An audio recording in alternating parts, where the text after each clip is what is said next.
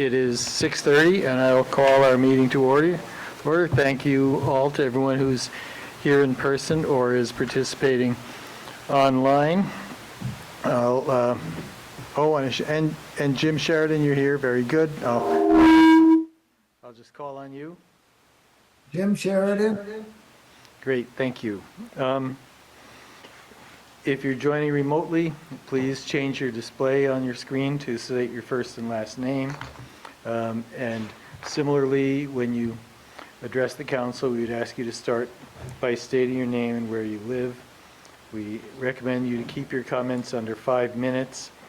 And if you wish to speak, you must be called on by the mayor. Once you're called on by the mayor, you may make a statement or ask questions, and even multiple questions and statements, but we typically don't engage in back and forth dialogue of that nature as we go forward. If you speak out of turn, go on too long, etc., you may be interrupted and asked to adjust your comments or behavior. And with regard to public participation in the meeting, I'd like to start by reading this statement. The City Council affirms its shared commitment to a respectful and professional environment. We do not support negative or personal comments directed at city staff or department heads. We ask that all remarks remain focused on the issues, policies, and solutions. This expectation supports productive dialogue and reflects our respect and appreciation for those who serve our community. You all have the agenda, and if there's no objection, I will consider the agenda approved. We do have an item under other business, discussion of an issue with the chief of police, and other than that, we are ready to go. We'll start with general business and appearances, and this is I think the second meeting into our new pilot of taking comments for any topic which is either on the agenda or not on the agenda at the beginning of the meeting. And so we have 3 public hearings scheduled tonight: a second public hearing on the budget, a second public hearing on the bond, second public hearing on the city warning. And so if you're here to talk about any of those things, we'll take those comments during that portion of the meeting. Otherwise, we will, anything you want to say about anything else on the agenda, your opportunity to do it will be now in the general business and appearances section. And Zach Hughes, I see you've got your hand up first. Thank you very much, Mr. Mayor, and good evening, councilors and everybody. I'm Zach Hughes, Montpelier. And Peter Kelman, I see your, hold on a second, Zach. Peter, can you tell us what your issue is? Are you able to hear what Zach is saying? Double speed, Jack. there's feedback. Oh, okay. We're not hearing it in the room, but our technician will see if he can get it figured out. Okay. Do you think Jim should mute himself? Why don't you try that, Jim? All right. Okay, how about now? Well, there's still a little bit of feedback there. But how about now? No better? No feedback.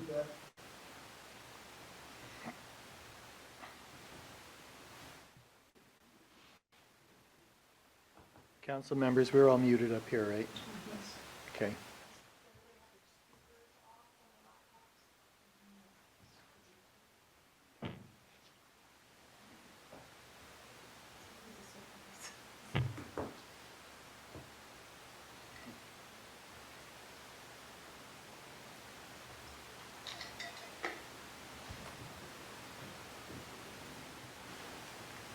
You think it's good to try it again?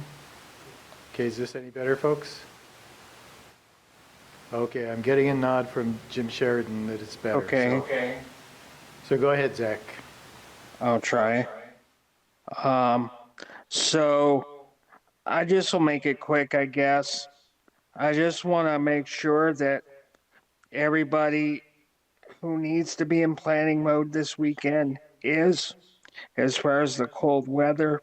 Um, we're all starting to kind of coordinate now, but the weird thing is, usually we wait till the last minute when these things happen.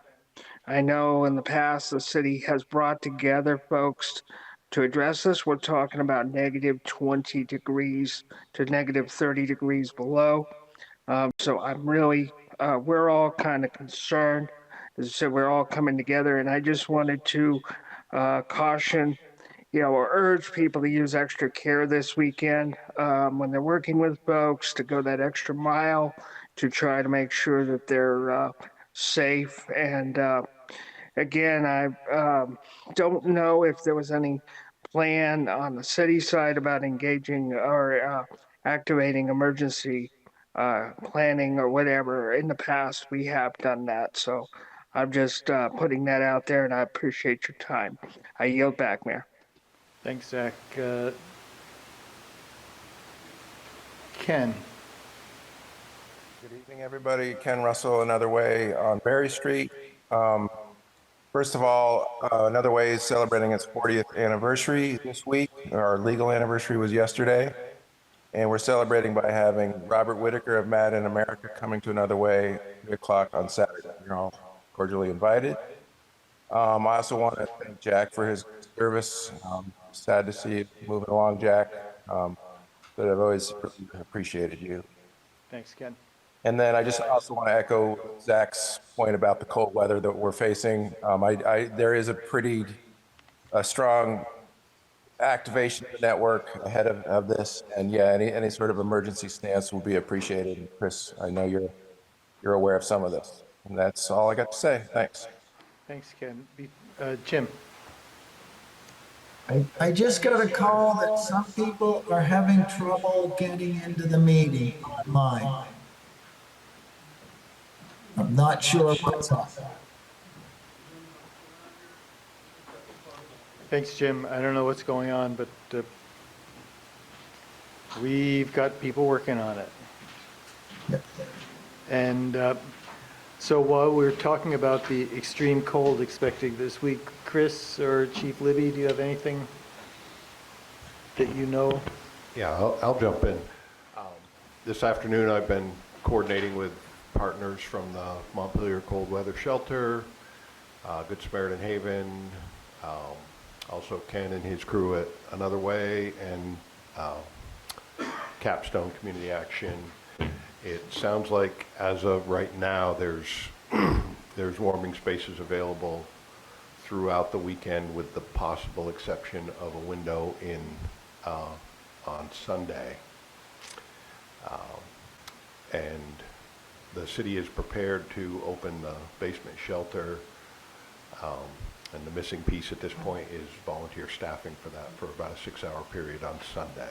But we're well aware of what's going on, and we've been engaging with the people who do this stuff on a daily basis, and we appreciate their help and support. Thanks, Chris. All right. Who's up next? Phyllis.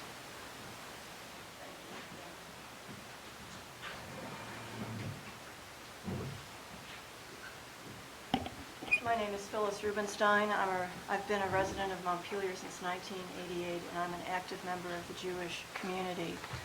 When I walked into this room, I don't know if people noticed that on the blackboard, there's Hebrew and Arabic from 1 to 5.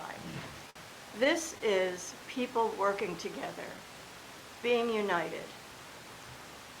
And it does say Hebrew under the Hebrew words, and I don't know Arabic, so to speak, but number 4, Aruba'a, and number 5, Hamsa. Hamsa is the 5-fingered hand. So I was really struck as I come to speak today about what troubles me in this city. The other thing I'd like to note about people working together is this weekend at the synagogue, we're having a speaker, Lee Gordon, the brother of the former Larry Gordon, who is the co-founder of an organization in Israel called Hand to Hand. 2,100 Jewish and Arab students throughout Israel in a network of different schools study together in bilingual classes. This is the kind of cooperation that can happen between Muslims and Jews in Israel and even in Montpelier. Last February, I came here to speak about Article 13, a non-binding citizen petition which asked the mayor and the city council to, quote, join others in working to end all support of Israel's apartheid regime, settler colonialism, and military occupation, unquote. While I acknowledge that the loss of life in Gaza was devastating, I objected to the resolution for many reasons. It ignored Israel's complex geopolitical history and the origins of the current international dispute. It was one-sided, demonizing Israel while ignoring the actions of Hamas that started the whole dispute. I don't know why this particular conflict has been selected or targeted and not conflicts in other areas of the world where displacements and losses were even as great or greater than those in Israel and Gaza, such as Ukraine, Sudan, Myanmar, and the Congo, just to name a few. Notably, Article 13 did not seek peace for both sides to the conflict in Gaza, and it created a divisiveness in our community rather than nurturing opportunities for peaceful and constructive dialogue. The residents of Montpelier defeated Article 13, voting 1,181 against and 887 in favor. This year, a non-legally binding citizen petition with identical language was submitted to City Council and is now contained in Article 12, which is being warned for town meeting day. The Montpelier City Charter has specific language permitting this type of petition to be placed on the ballot. This is not the case in all of Vermont's municipalities. Burlington last year, Burlington City Charter grants the City Council the discretion to reject a non-binding citizen petition when it has nothing to do with city operations. And last December, that's exactly what the Burlington City Council did. In the Vermont Supreme Court, in Skiff versus South Burlington School District, held that municipalities do not have to put advisory city petitions on the ballot. Rather, municipalities should focus on local issues over which they have responsibility and control. I was pleased to find on tonight's agenda a proposed charter change to bring Montpelier's charter in line with state law. I was disheartened when I learned that there was considerable opposition posted on Front Porch Forum, including a writer who called for the impeachment of the city councilor who proposed the charter change. And this charter change is consistent with Vermont's Supreme Court. Regardless of the stated intent of Article 12, the current Article 12, to liberate and bring justice to the people of Gaza, it fosters hostility and intimidation to its opponents, and it undermines Montpelier's values of civic tolerance and respectful disagreement. By criticizing and intimidating opponents of Article 12 and the proposed charter change, the proponents of Article 12 are undercutting our democratic process. Thanks, Phyllis. Thank you. Is there anybody else, either online or in the room, who'd like to? Yes, sir. Good evening. My name is David Ori. I live on East State Street, and I wanted to speak to the East State Street reconstruction item. I'm also a member of the Complete Streets Committee, so I had, I guess, 2 requests and 1 comment on that item. The first request is the current design proposes retaining on-street parking and dropping the sidewalk and dropping the bike lane So Complete Streets Committee wrote you a letter, and I wanted to voice support for that, both as a member of that committee as well as a resident. We think removing the on-street parking from Cedar to West Street and replacing it with an uphill bike lane and a sidewalk, those two things are the same width. On-street parking takes up 10 feet, a sidewalk and a bicycle lane take up 10 feet. So the staff's recommendation has kind of repeatedly said that it's the sidewalk which incurs the additional cost. And that's not correct. It's the sidewalk plus the on-street parking. It's the 10 feet that incurs the additional cost. So you can replace the on-street parking with an uphill bike lane and a sidewalk, and the project wouldn't cost any more because you're not taking up any street. So I would ask that tonight you vote on that consideration, whether or not to proceed with the current design or this alternative that's promoted by the Complete Streets Committee. Second request is there was a survey done prior to the design, and that survey for the first time claimed that there was wide stretch of East State Street that was in the public domain, that was in the public right of way. My neighbor John Anderson has written you all a letter on that, and I just wanted to voice my support for John's concerns. The current design doesn't need all that public right of way. It would seem strange that public right of way was discovered in 2025, even though the homes that are apparently in the public right of way were built at the turn of the century. So at some point, that public right of way became public. And no one knew until 2025. So it seems unnecessary to move forward with that survey if the design's not going to implement it. Just on a final note, East State Street, I live right across from the mid crosswalk between Hubbard and West Street. And, with Palin and Sal, we watched kids cross.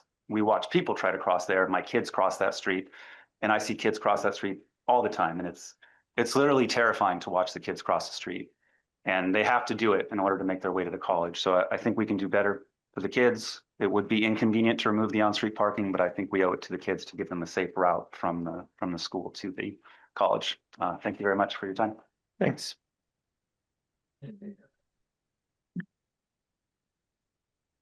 Jack, may I ask a question? Sure. From what you said at the beginning, you do not want comments on the budget now. Right, we'll get to that. Thank you. Rebecca Copans. Apologies if I'm going out of turn, if based on the question that was just asked, but I wanted to chime in and just repeat my support for a bike lane for kids to get from the elementary school and the middle school to the college. There's just a crew of kids that go from one place to the other after school every day. And it would be a whole lot safer if we could replace the on-street parking with a bike lane. So I just want to chime in with my support on that. Thank you. You weren't out of turn. I called you on you, so that makes it your turn. Hanif. Hi, Hanif Nazarali, resident on Loomis Street, and I'm actually following Rebecca and Dave Ori. Particularly from my residence, I am acutely aware of the traffic between the schools and the College Green, and I want to support what has already been said, that I also bike and walk frequently up the hill, and I would say that the traffic is actually increasing. I think you're all aware that activities around the College Green are on the up and up. A lot more people, a lot of the buildings are being repurposed. We're going to have a full-fledged campus. So I'm definitely speaking on behalf of the traffic that we currently see. The most vulnerable of our population here in the city, the kids. But I'm also want to make the point that we're going to see a lot more traffic. And the other thing I would say, I'm also a member of the Complete Streets Committee. We are acutely aware of the lack of bike infrastructure.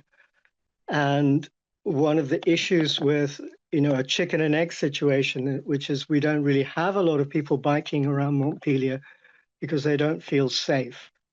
And over the 5 years that I've been involved in some way or another, either with the committee, city committees, or running an e-bike lending library, I'm continually faced with that predicament. Is like, when are we going to get the infrastructure? Quite often you're asked, well, but there's not enough traffic, there aren't enough people, it's a short biking season. But I just want the council to be aware that most studies indicate that if you put the infrastructure in place, there's going to be much, much greater usage. So both for pedestrians, I mean, I often walk up there, up the hill, and for bikes, I think this is a really important decision for the council to consider. As a member of the Complete Streets Committee, we have a staff representative, Corey Line, from Department of Public Works, who always asks the committee to be realistic and ask for that bike infrastructure at a time when reconstruction projects that are already in the city's plan are being implemented. So I'd just like the committee to know that as a member of the committee, we've been very patient, and I'd say a couple of years been waiting for this opportunity when the resurfacing project on East State Street is actually happening, in order that we would be able to make this recommendation of the bike, of the bike lane and sidewalk that will actually connect not just the schools but our downtown. And actually, that's going to be critical to vitality and revitalization of the city if there's a good connection between all of the activity up at the College Green and our downtown. So please hear me as a member of the committee. It will be really disappointed, having been patient and following the guidance of the city staff, if the council, having this opportunity, decides to favor on-street parking. And thank you for your time. I'll leave it there. Thanks, Honey. Anybody more else in the room would like to be heard? Yes, sir. And Evelyn, could you do the on-screen timer again, please? Thanks. Hi, my name is Michael Leduc. I live on Berry Street. I helped organize with the Apartheid Free Community campaign in Montpelier. I just want to thank you for postponing consideration of the charter change to a later date. I feel like it is kind of anti-democratic in itself, but I'm glad you just didn't make that decision tonight. In general, we don't have to do it just because the rest of Vermont does, or even Burlington does. And to the question of Israel and Palestine's relevance to Vermont local politics, is that we have a lot of industries and companies that do kind of contribute in a pretty direct way. And that's just kind of how it is. But thank you. That's really all I have to say. Thanks. Steve. Steve Whitaker. I'm speaking again to governance and public trust. Interim city manager decision. I raised this prior. The interim city manager appointment announced at 11 o'clock, no warrant discussion, no document available in the packet, no public vetting, no explanation of qualifications at something like 170,000 annualized rate. The decision alone would warrant concern, but it's not isolated. Police agreement. Yesterday, we learned from the news, not from the council, that the police chief has entered into or proposed an agreement with the town of Northfield to provide police services there for at least 3 to 4 months using our deputy police chief. This happened without city council approval, without public discussion, without a warrant agenda item, and as far as anybody can tell, without any legal authority. This is occurring at the same time the chiefs repeatedly stated Montpelier is understaffed and paying excessive overtime as a result. These two positions cannot both be true. More importantly, the police chief doesn't have the authority to enter intermunicipal agreements. That authority rests with the city manager and the council, yet this council is learning about it after the fact through the press. That's not reasonable care. That's a breakdown in governance. Executive session abuse, contracts with no lawful basis for secrecy. Last week's executive session, to discuss renewal of dispatching contracts with two public entities, the legislature and the Regional Mutual Aid Organization. There was no lawful basis for secrecy. There were no personnel matters. There were not negotiations requiring confidentiality. There was no litigation strategy. Executive session was inappropriate. Worse, those contracts don't expire until June 30th. I had already prior warned, let those be decided once the new city manager and mayor are in place. And y'all just recklessly go ahead and, give away the farm. Y'all have a fiduciary duty to the citizens, and y'all are grossly failing it. There was no justification for excluding the public. Signing those contracts now rather than awaiting the new city manager and mayor, again, constrains future leadership and locks in decisions unnecessarily. A new development today, the RPC director confirmed that the documents requesting EPA eligibility approval for Country Club Road site have not even been submitted yet. They're not pending review. They're not submitted. That means EPA has not begun a review, has not begun to approve of eligibility, has not issued any clearance or conditions. Against that backdrop, I'm struggling to understand how the city is actively leading developers to believe they have clear sailing to prepare proposals, incur costs, potentially acquire public land for $1 when we're not yet even in motion on EPA eligibility, much less investigation, remediation, planning, corrective action, or final brownfield approval. This is not a technical nuance. It's a sequencing problem that goes directly to reliance risk and the city's misrepresentation to the market. This is a pattern. It's not a coincidence. Taken together, these are not isolated lapses. Major executive appointments made without process, intermunicipal agreements made without authority, executive sessions used where none are permitted, contracts advanced prematurely, despite known fiscal and legal exposure. This is a pattern of acting first and explaining later, if at all. That pattern erodes public confidence, public participation, which is sorely lacking. It's no wonder to throw hot water and wet towels on public participation if you constantly ignore red flag warnings that are brought right to you. It really just shows a dysfunction on this council. What must happen now? Immediate disclosure and clarification of the police chief's authority. It was not warned on tonight's agenda. To add it, if that's what you're talking about, adding to the other business, that's not sufficient warning to the public. You need to put it off for another meeting when you've warned it properly. You can't just add something that's significant at the last minute with not even explaining it at the beginning of the meeting. I'm just guessing. Public correction, the authority was exceeded, a pause on non-essential contracts and commitments until the leadership is seated, strict adherence to open meeting requirements. This is not about slowing government, it's about restoring legitimacy. Montpelier doesn't need speed right now. It needs restraint, transparency, and care. Thanks, Steve. Dave Bellini.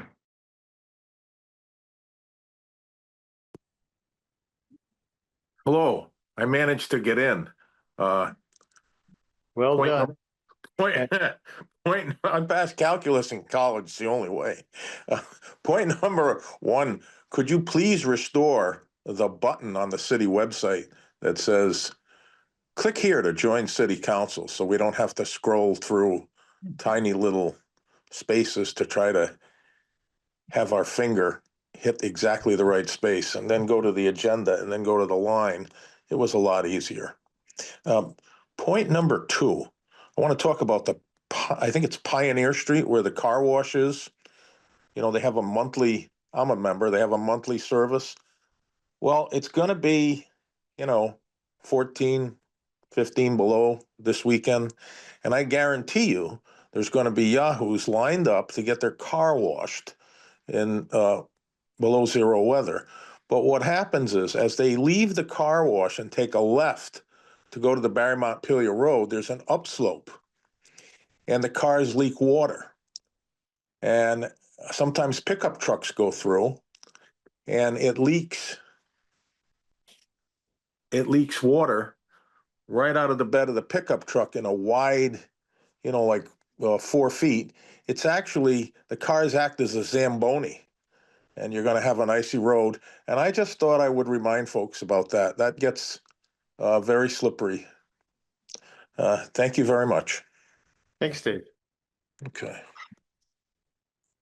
Anybody else in the room who'd like to be heard? Or online? Yes, come on up.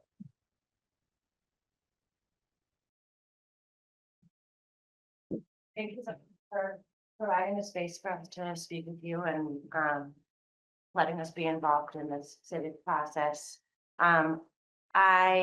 Could you start, sorry to interrupt, but could you start by telling us who you are? Yes, my name is Allie McGurk. I'm a resident on St. Paul Street. Thanks. This is my first city council meeting, so forgive me if I don't be my most eloquent self, but this meeting came on my radar when the charter amendment was proposed a couple days ago, and I'm really grateful that it's been taken off the agenda. But it inspired me to get more involved with the city councilors and get to know you guys all, because you do seem to have a fair amount of power in the city processes and the ways that our municipality acts in accord with our sense of ethics and morality. I think I'm not alone in the assumption that that amendment was put forward as a way to prevent ballot initiatives like the Montpelier's Apartheid-Free Communities ballot initiative, which has been received in a lot of different ways and by many people as just merely a symbolic statement that may not have any backup action, may cause negative feelings in some residents of Montpelier with little positive results. And I want to just vocally speak against that assumption and kind of assert that the idea of something being a first step towards civic action and towards changes in policies sometimes has to start as a flexible and open declaration that states an intention. And I think that there has been processes in the past where there's been intentions laid out, whether that's the committee on the Sanctuary City Committee on ICE preparedness that happened in 2025, or other examples throughout the history of Montpelier and Vermont, where Vermont took leadership on a national and international level to make important statements that advanced an important discourse. Right now, our tax dollars, 27 million of our tax dollars have been sent directly towards genocide to enforce apartheid. This is United States policy that's being enacted in another country through United States dollars. We have $800,000 invested in state pension funds towards Israeli bonds, despite the known war crimes that they've committed. This is the only nation that I believe that we're invested in such a way that has committed such blatant war crimes. We do business with companies like Caterpillar, who provide bulldozers that plow over bodies and profit from inhumanity. And we have we might not have a lot of power, but we do have some power to make, even if it's just a small adjustment, adjustments that could lead to bigger ripples.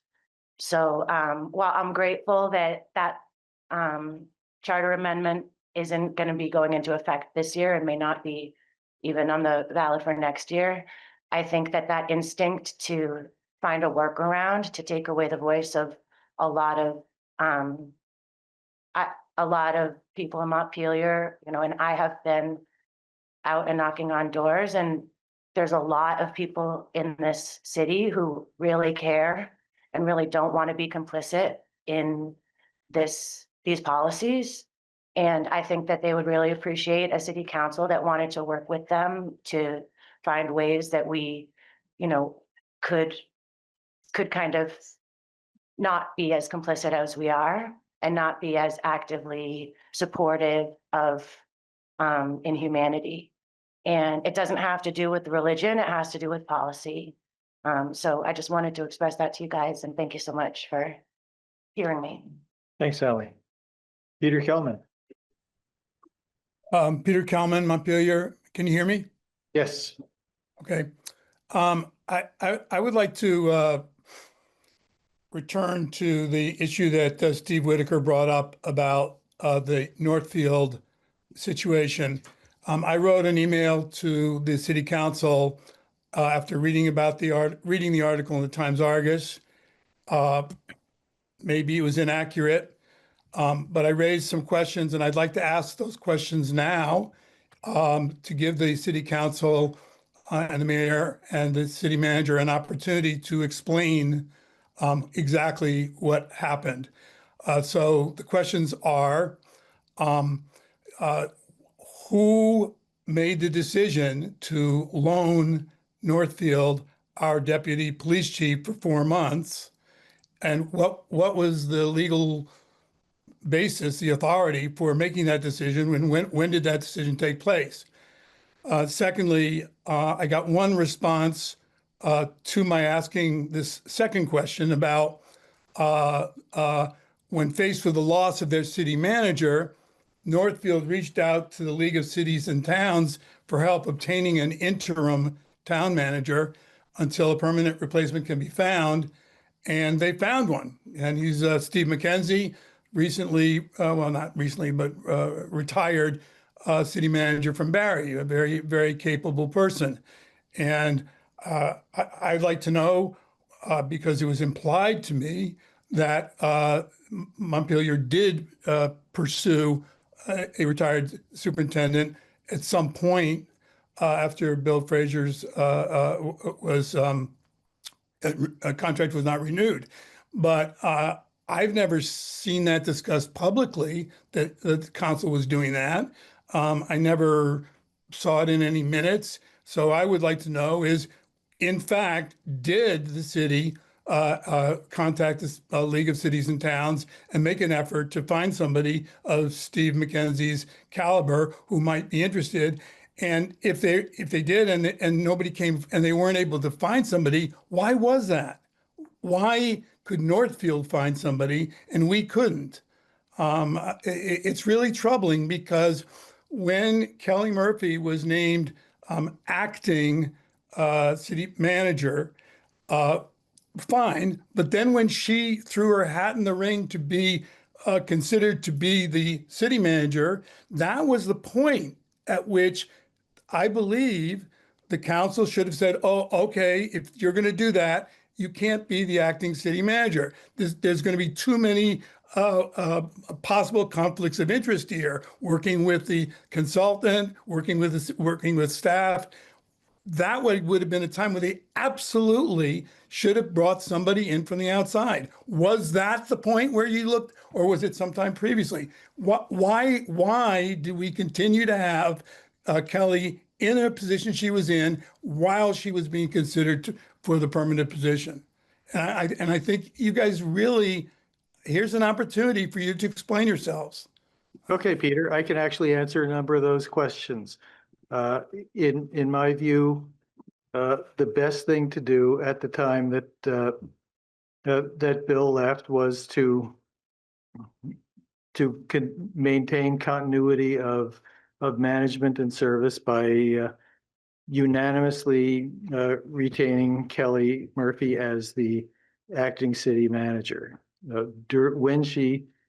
When we initiated the recruiting process, we knew and anticipated that she would be a candidate. She was completely insulated from the process. She had no contact with the recruiter. That was all done with Tanya Chambers, our Director of Human Resources, and Kelly was treated just like any other candidate for the position. When it became clear that as the job or as the process moved along, and it became clear that Kelly was going to be leaving to go to another job. We did, and this was not at the council level. Kelly used her own personal connections to reach out to retired city managers that she had relationships with, and to the League of Cities and Towns. And to be honest, this was not an attractive opportunity for a retired city manager, because these are people who read the newspapers. They're up on current events. They saw what the city council did to Bill Fraser. They saw that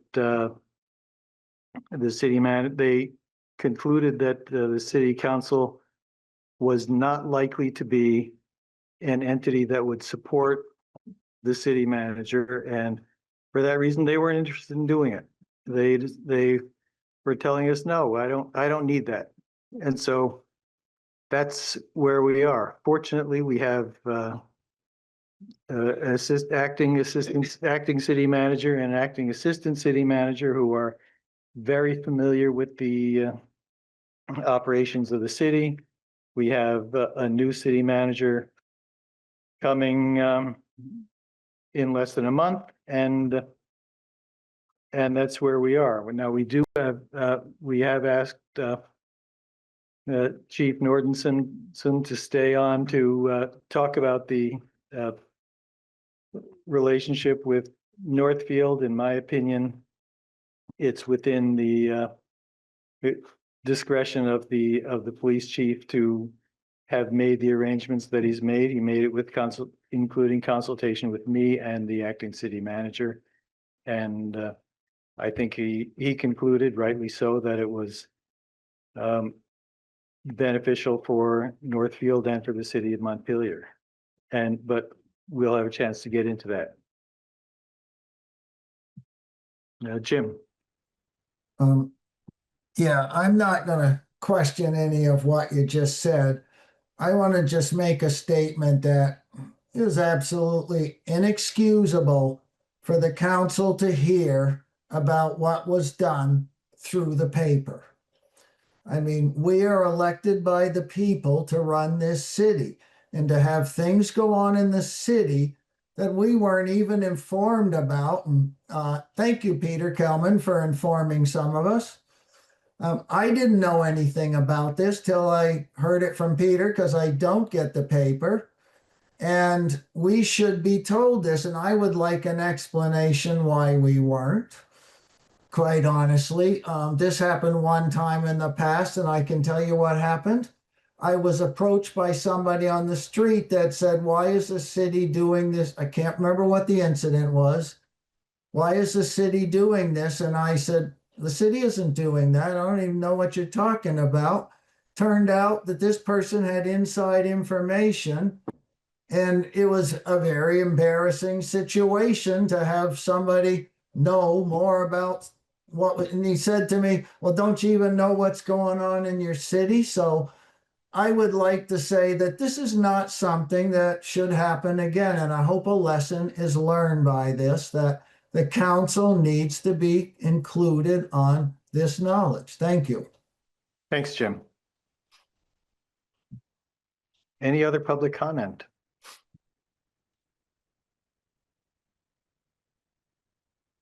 Oh, Chris Owen. I'll be brief, Bob, Jack, and city councilors. East State Street project, please. As you consider that tonight, I recommend you stick to the basics. Our water and sewer infrastructure sorely needs upgrade there. Put the sidewalks as they exist back in good order. I'm sympathetic to the interests of the complete streets. Advocacy for an uphill bike lane, if it could be accommodated without additional cost and burden on taxpayers, good. Taking away on-street parking is a longer discussion. That's my remark on the project itself. Separately, but an integral part of the project is the right-of-way survey filed by the Department of Public Works in April of last year, which was done without the statutorily required notice to residents. And when we finally discovered this survey, we discovered that in 2 instances, the city right-of-way runs through a front porch near Cedar Street, through a living room, 2 doors up the hill. At our place, you step at 68 East State Street. You step off the side of our front porch and you're on city property.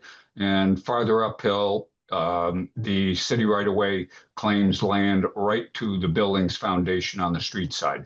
The property owners object to the filing of that survey. It has the potential, should it grow litigious, to delay this project, which we all want to see proceed apace. So I would encourage conversations between the affected neighbors and Department of Public Works to resolve that right-of-way issue. Thank you. And I appreciate all the patience and service by the city councilors and mayor. Thanks, Chris. Is there anyone else who'd like to be heard before we move on? All right, we'll move to the next order of business, which is the presentation of our audit.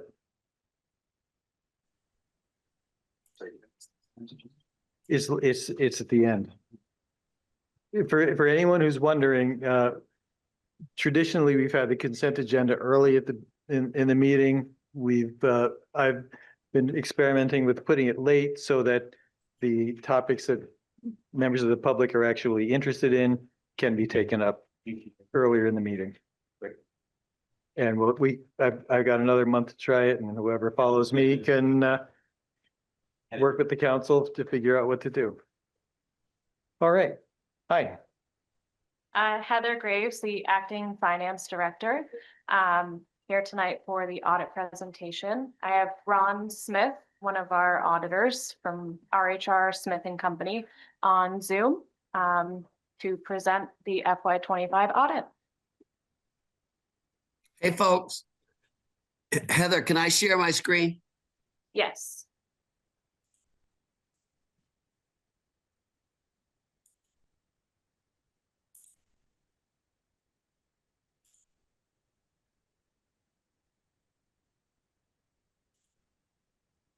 Can you all see this? There we go. So good evening. I'm Ron Smith. I'm a principal with RHR Smith and Company. I've got the pleasures since the last time I talked to you guys about a year ago of working with 65, 70 professionals. Now we're at about 100 professionals at our company. So it's been a busy year. It's been a busy industry, a lot going on in the world of government, lack of auditor shortage. So we certainly have maintain certainly our staffing to accommodate the city of Montpelier and all of our other governmental and nonprofit needs out there for our client base. So I'm Ron Smith. I'm the principal. Hail from the great state of Vermont, born in St. Johnsbury. Have my one of my residences in Island Pond, Vermont. So I know a lot about what's going on in the state of Vermont, and certainly available to answer any questions that you guys may all have of me. So we've prepared kind of a 10, 12 page, synopsis, pulling out the highlights of your audit for 6/30/25. And I'm just going to go through that. So first, Heather, can you guys, again, can you see my screen? Can you see like the first slide that I'm at right now with like the responsibilities of you, et cetera? Yeah, everybody's nodding. I think they can see it. Okay. So just to tell you a little bit about an audit, you guys present. Ron, can I interrupt you for a minute? We can see it. It's if there's a way that you could blow it up a little bit, it might be helpful because print is a little on the small side. Can you see it now? A little too far. Yeah. Can you change? Could we try presentation mode, Ron? Say it again. Could you try presentation mode on here? Where do I do that, Heather? Like a TV or computer screen or down? So I'm looking at my blowing it up mode where I don't see an icon that it's giving me for Select slideshow at presentation. the top, right, and hit Yeah, start. you can do that. Select slideshow at the top, Ron, and hit start. Top, Slideshow in your top menu. yeah, I got pictures in my way. So you said top right? Move your cursor up a little bit more. And you see there's a line of words. The farthest one on the right is acrobat. Okay, move your cursor to the left to about the middle. Yeah. Keep acrobat, then go over about another 4. Slideshow, there you are. Nope. Nope. Go Can you up see to it? from current slide. Say it again. From current slide, second one from the left. The second one from the left. Yep. Can you see it now? Yes. Hallelujah. Great work, Ron. My St. Johnsbury Academy Hilltopper upbringing right there. Sorry for the delay. You should have got So again, the responsibilities here, you know, with really what you do and really kind of how an audit works. You know, we perform an annual independent audit for the city. You know, we look at how the numbers get on a piece of paper. Are they right? We take the information, you know, that you all provide to us, and we basically review that information with management, you know, for accuracy. And we don't look at 100% of transactions. We actually test and sample based upon industry standards and some scientific forms that we're given to do that. So that's really about the process and really kind of who you are and what you do and what you give us, you know, so that we can literally form a basis for our opinion for the city. So now here's going to be my next $1 million question. How do I go to that next slide? You did it. Well,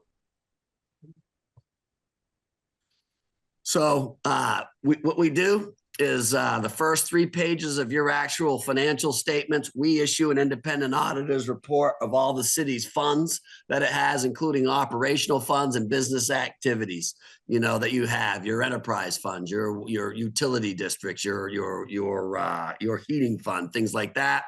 And based upon the audit that we did for June 30, 2025, we, for the financial statements, presented the highest opinion, you know, that our profession offers. It's called an unmodified opinion. If we found fraud, if we found defalcation, if we had any disagreements with management, if we had any disagreement with management on how the math, you know, got on a piece of paper and was it right, we'd have to notify you all in our independent auditors report. We report none of that, and you received our highest opinion in the profession unmodified report regarding the city's finances for 6/30/25. The other thing that we do is, because you spend more than $750,000 of the U.S. federal government's money, you're required to have a single audit for the city of Montpelier. So that's been the case for the past 2 years. We see that you'll be certainly doing that for the next for next year as well. The flood, when you put your city back, you know, and still putting it back, you know, in the position it was before the flood, that caused a lot of external money and resources to come in, put a drain on the city's finances and cash flow. So these federal funds, largely as they come through to the city, you know, are going to require what they call that single audit. So that's triggered, you know, for this year, you know, and the single audit reported no findings or question costs as well. So here's a comparative balance sheet. Here's a balance sheet for the city as of 6/30/25, just to give you a flavor, and I'll hit the highlights of it. First column is your general operation fund that you have. Assets, $8.9 million. I'm in the first column. If you guys can all see my cursor, I'll try to have you follow along here. Oops, forgive me. So the $8.9 million of assets, with liabilities and other obligations of about $6.3 million, leaves you with surplus carryover balance equity in your general fund of about $2.4 million, of which the big one is $1.3 million of carryover. It's unassigned. It's really not attached to anything. You have a policy, and Heather, I believe it's about what, 15% of your operating budget? Yes, it is. Yeah, so that's about 60 days in your world. So where are you in the city of Montpelier? Good news is you went up about $140,000 from the year before, but you're only at about half of what your target fund balance is internally there. You're about 1 month as opposed to 2 months. And we have some other monies, but those monies are reserved, you all, for special purposes, that you guys have. You have earmarks, you have carry forward, you have special marks and conditions, where that money has been budgeted, and if it wasn't spent in this fiscal year, or there are other council orders or wishes, through past budgets, that those carry forward to the next year. So we have almost $1 million in other projects at the city that have been obligated for future projects at the city. But the unreserved is about $1.3 million. Your policy states that should be at about 2.7. So you're at 30 days instead of 60, according to your policy. You've got money in your community development fund. Your capital projects fund has about $3.3 million in a variety of capital projects at the city. I know that there was a conversation in your public comment about the infrastructure and the funding and the commitment to your utilities, your water, your sewer, your heating fund, and things like that. One of the things that I'll say in this world, in the world of government, there is never enough money to put away and sock away for infrastructure needs in government. So as nice as it is to have that $3.3 million, I commend you, to having that money there for future needs, that have been identified by the city. What I will say is I think that is an ongoing, continuing process that you'll need to adhere to forever going forward, for sure, as well as every other government. That's always a topic of conversation, that capital projects, as mindful as government is, municipalities, schools, and putting that money away, there's never enough when that phone rings and something happens with infrastructure. So this other one in the further column, the other governmental funds, the $3.4 million that you see, largely that's in part to your cemeteries is a big piece of that, and your FEMA funds carried forward for the various projects that you got there. That's literally the lion's share of those funds, you all. So here's a balance sheet comparison that we like to always put in. You can see kind of your cash, a cash equivalent, your assets here as of, a 5-year comparison. One of the things that you'll see is, kind of the, for lack of a better way to say it, the escalation of these assets from 2023 to 24 to 25. What you're really seeing is the influx of a lot of activity that's come in between grants, your natural disaster that you had back, I believe, in 2024, where we virtually had 2 floods of the century in that 1 year. So you can kind of see the peaks and valleys of that, with really, what Mother Nature did to the city, and the impact that it really had on your balance sheet, and the restrictions and the use of those assets, from 1 year to the next.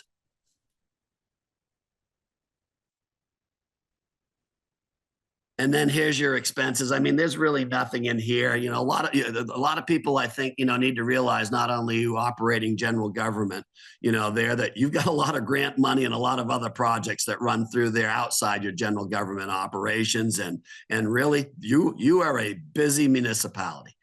So this is kind of a reflection, of all the bills and expenses, the timings, of how and when your vendors send you bills, and to the time when you release the funds to pay them. You really can kind of see the growth and escalation of that over the course of the past 3 years.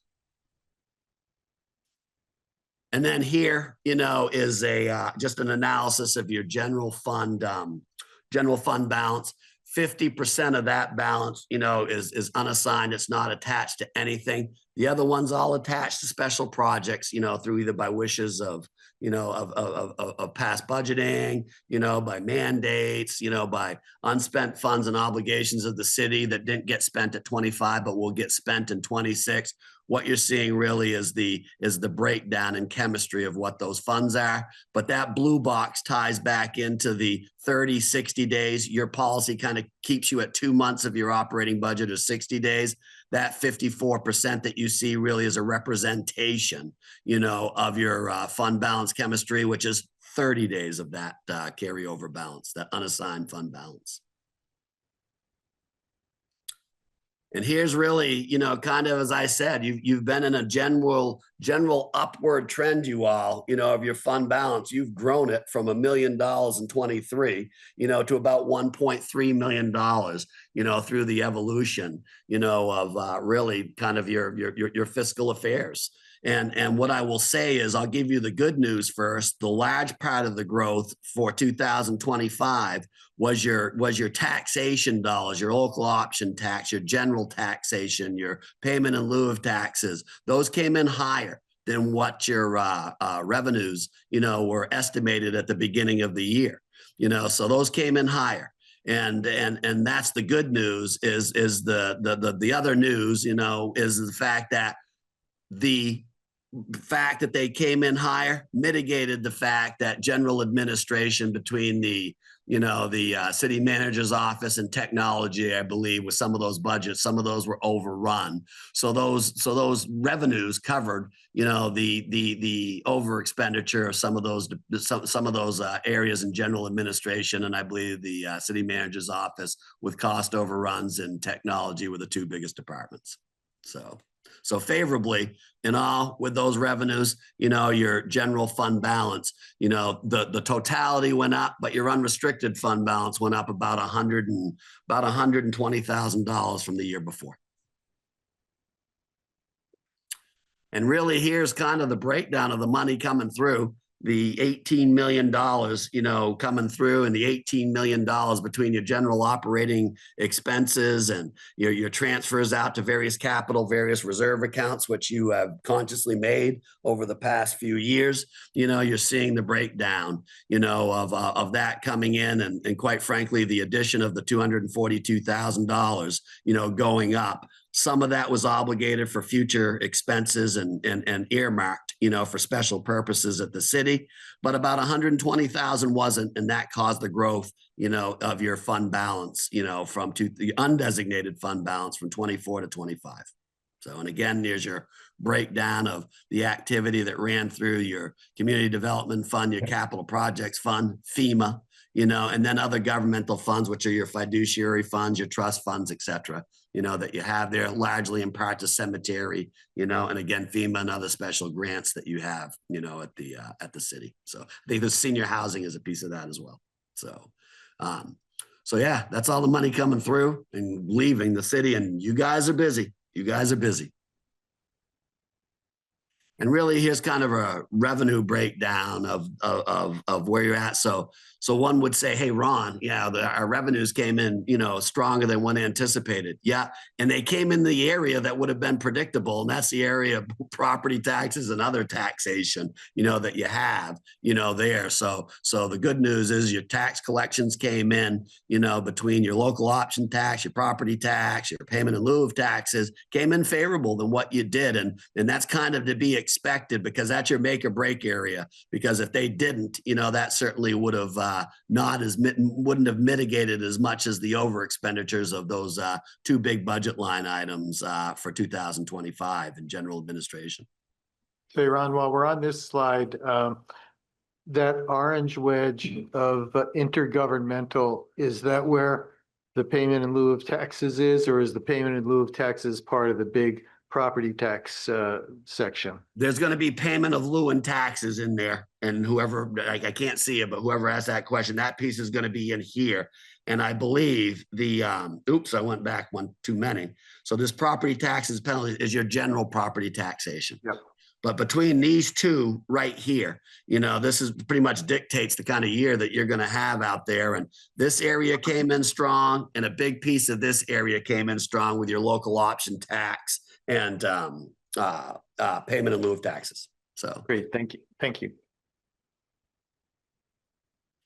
here's your expenditure, breakdown, by various departments that you have. And clearly public safety is the biggest department, requiring the most resources at the city, and then between general government, public works, in that order is the rest of the breakdown for the expenses of that $18 million, that's either obligated, going to reserves, or paying for program services at the city. And then one of the comments that we had, and I don't want to minimize the effort of your finance department. I mean, there was some delays and some reconciliations. We sat down and talked with Sarah, and Heather, and, conversations with Todd, and you guys were understaffed. We're through transition. The federal government shut down, delayed the federal compliance audit by almost 3 months being issued. And here we are still in January having an audit presentation for the city. So I don't want really kind of their hard work and effort as they delivered us that information, to really kind of go unnoticed, with this comment. While there was some delays, and really kind of reconciling your books, the information that they gave us was precise and accurate. And I don't want one comment to certainly do that, because they were understaffed, you all, and if there's one thing that I think that we all talked about is accounting capacity, in that department. And certainly I think that, that there's always a need for accounting capacity. And when you lose personnel or transition personnel or don't have personnel, that certainly contributed to some of the delays. I mean, they were all hands on deck and sadly prioritizing what their needs were. And some things went a little delayed than what they should have been. But certainly, if somebody says, Ron, any concerns? Not with a Herculean effort, that they all did to give us this information, you all. I really don't want to overshadow, really the hard work that went into delivering us this information. So.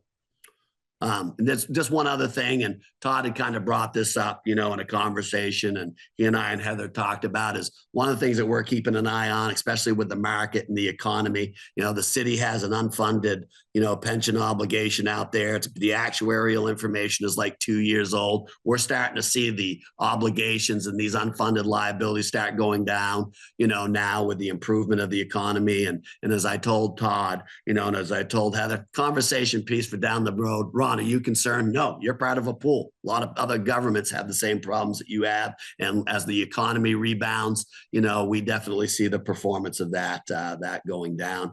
We would see no reason why, the city would have to go out and really try to inject money into its, piece of this public pool for retirement, so yeah, just something I'll be interested in the world of government over the next couple of years as the economy rebounds. I expect fully, to see these actuarial reports to start supporting that statement I just did, with the performance of our economy improving. So, yeah. And that is the high-level view of the 100-page document that I think you guys all have. Hats off to, really Sarah and Heather, for delivering us information and really working on this to have this meeting with you all tonight, you guys. So. Thanks a lot, Ron.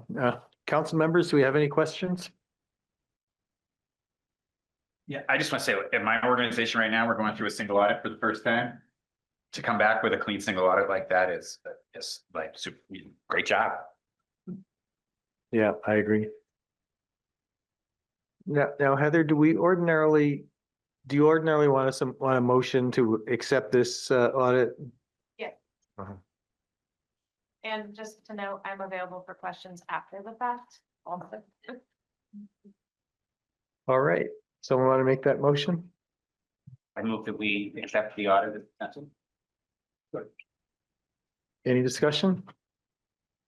All those in favor signify by saying aye. Aye. Aye. Any opposed? Okay, thanks a lot. Thanks a lot, Ron. Thanks a lot, Heather. Thank you all. You guys all be safe. Yeah. All right, next up, we're up to item 6. Second public hearing of the fiscal 27 budget. And so I'll just, while you're getting set up, I'll just say I'm opening the public hearing. Hi, Sarah LaCroix, here to get you through the budget process. While I'm getting logged in, I just really want to thank my staff for all of their hard work. You know, this audits are incredibly difficult. I used to be and will be again the single auditor and the auditor, and so I know how difficult you know these things are. And so normally I would have fought tooth and nail against that management letter point. And never let it see the light of day, but here we are, and I just, you know, I felt like it was important because given the situation with cash flow and the finance department right now as we're in transition, I just, you know, want everyone to be cognizant of the level of work that goes into finance and the pressure that is on the remaining staff while we work to fill that gap.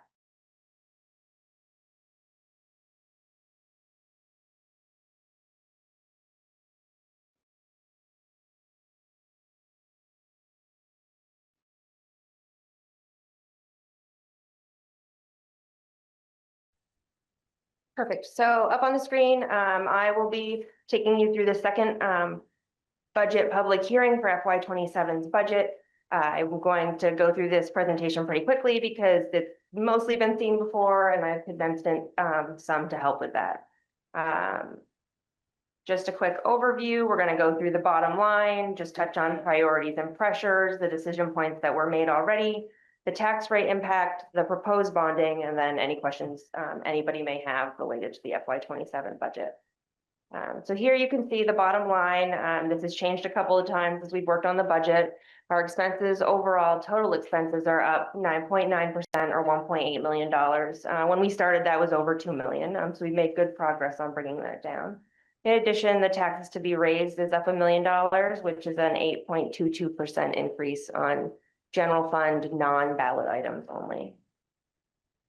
Here, just our budget priorities were to build a responsible and sustainable budget and to advance our strategic plans, strengthen capital investment and infrastructure, and as well as emphasize public safety and public works. And I think this budget really did that. We added staff related to public safety and public works.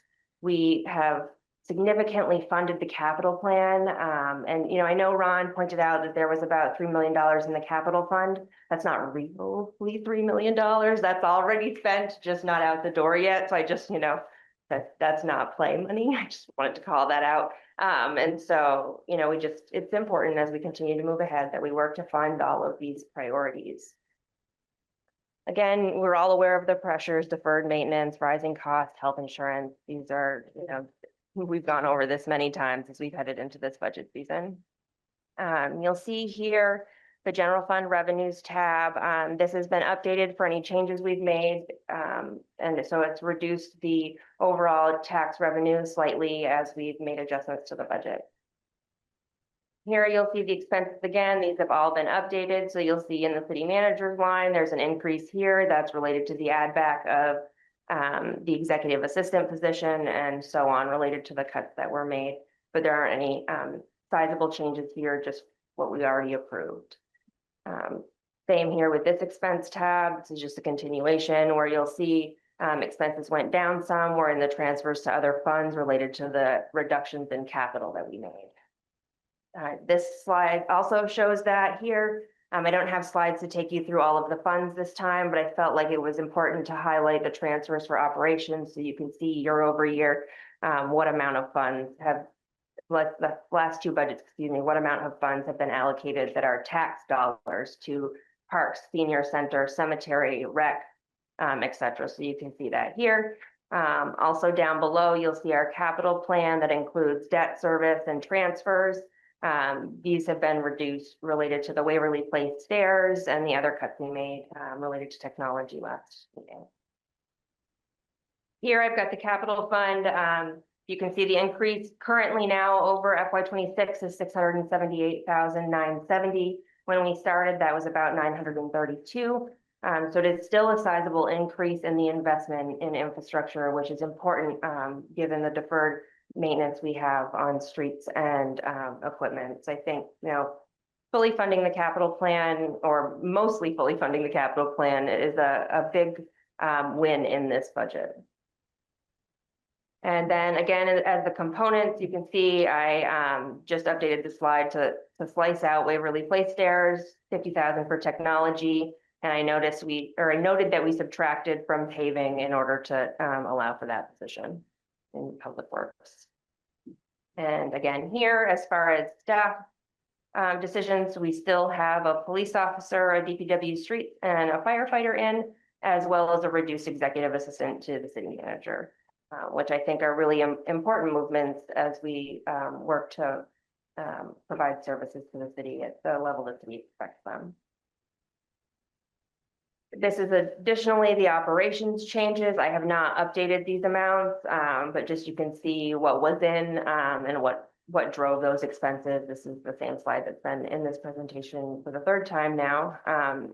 And so next you'll see our other decision points, which are related to the strategic plan. We still have $100,000 in the housing trust fund. We removed the economic development money, but decided that because we were funding the downtown improvement reserve at 10% of the local options tax, we've kind of covered economic development and then the reduction in paving.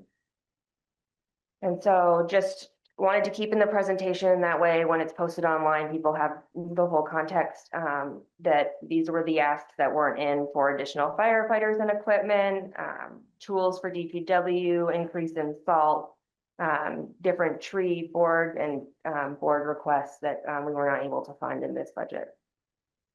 So here, what you'll see is the municipal tax rate over the last 5 years. And you can see the city budget, some rounding in here, but overall it goes up 8.22%. When that proportionally is mixed with the ballot items, that is an overall increase of 7.95%.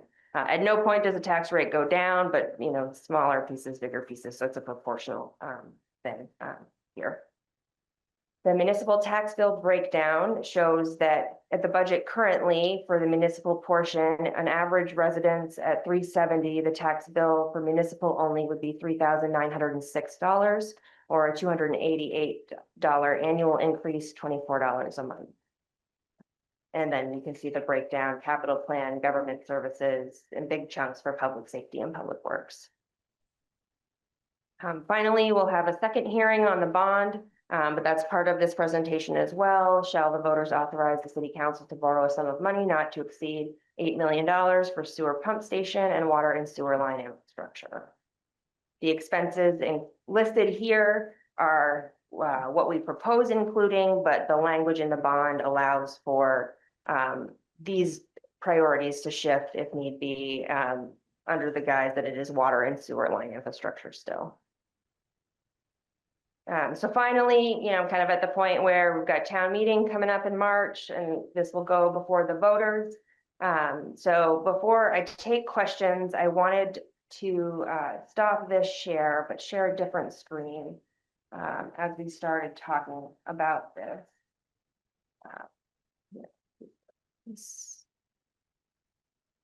So you can see the budget calculator that we have been using, and you can see the different cuts. The first round of cuts are in a darker red on my screen. The second round of cuts are in a lighter red, but doesn't show that on there. But overall, when you look at the bottom line here, and if you were to enter in the calculator online, this will be updated once you are all finished tonight and we have locked in the budget number. But, and I'll have, I've already given Evelyn instructions on how to explain how to use that. And so as long as you're entering your property value in this green box here that says 370 right now, it will automatically calculate your change and show you exactly the cost. And so here you can see that while we, with the ballot items, have a 7.95% increase, the school only has a 3% increase. And that increase proportionally because the education taxes are a larger portion of the tax bill than the municipal taxes are, gives an overall tax increase on an annual property tax with a value of 370 at $428 or 4.95%, which equates to about $35.69 a month. And so I just, for perspective, wanted to share this sheet. I went to the school's website and I pulled their presentation to get the updated rate that they proposed that shows this 3% that I expect they're hearing about probably right now tonight at their own board meeting. And so I just wanted to call that out, as in the scheme of things, while we are going up, the fact that the school's not going up as much and they're weighted more heavily in the tax bill, lowers that overall percentage increase. And I think, a 4.95% percentage increase in a year where we have over $1 million in paving and we are funding deferred capital maintenance, is a huge win, to have the overall tax rate only going up just shy of 5%. So that's my thoughts. If anybody has questions or however we want to proceed, happy to help. Thanks, Sarah. Council members, Ellen. Sarah, so a couple of questions came to me. So if we think about the dollar amount that people will approve on the ballot, right? So are they approving this 7.95% or 4.95%? So what the people on the ballot will be asked to approve is the dollar amount to be funded by property taxes. And so let me just I've got the warning up on a separate screen. At the end of the last meeting in Article 2, we updated the amount for taxes to be raised for the general fund to be $13,287,636. And so that's what voters are being asked to approve. The expenses exceed that, but we only need their authorization to raise that amount of tax revenue. And that's the same for all of the other articles. Yeah, so great. So I'm asking that dollar amount in terms of percentage. So yeah, that dollar amount of taxes raised equates to a overall, mixed with the other ballot items and the school's amount that will go on their article. All of those together equate to a 4.95% tax increase. Okay, thank you. All in, yeah. Because one more thing, because people are like email me, oh, it is 8% still high. So now I can tell them, no, it is not 8, it is 5%. Yes. Because 8 is still high to me too. Right, absolutely. But when it is 5%, yeah, it is reasonable.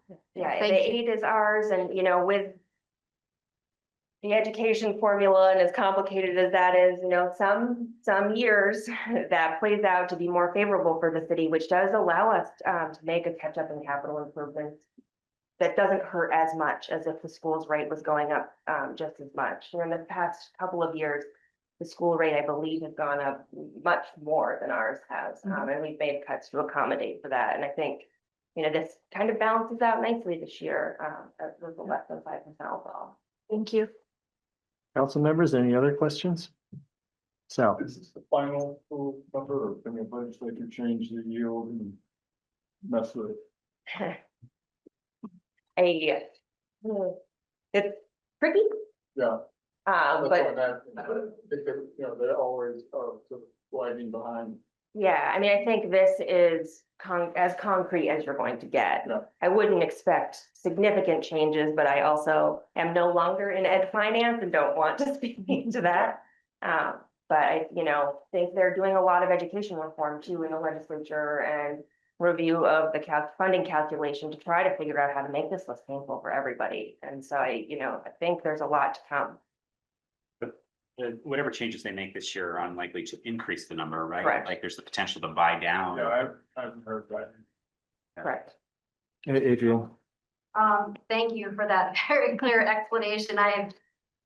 I lost a week during the budget season because I was sick. So last week was like all in trying to work with constituents, and we're in a unique position because we represent the community, but we also want to support staff. And so there is definitely a push and pull.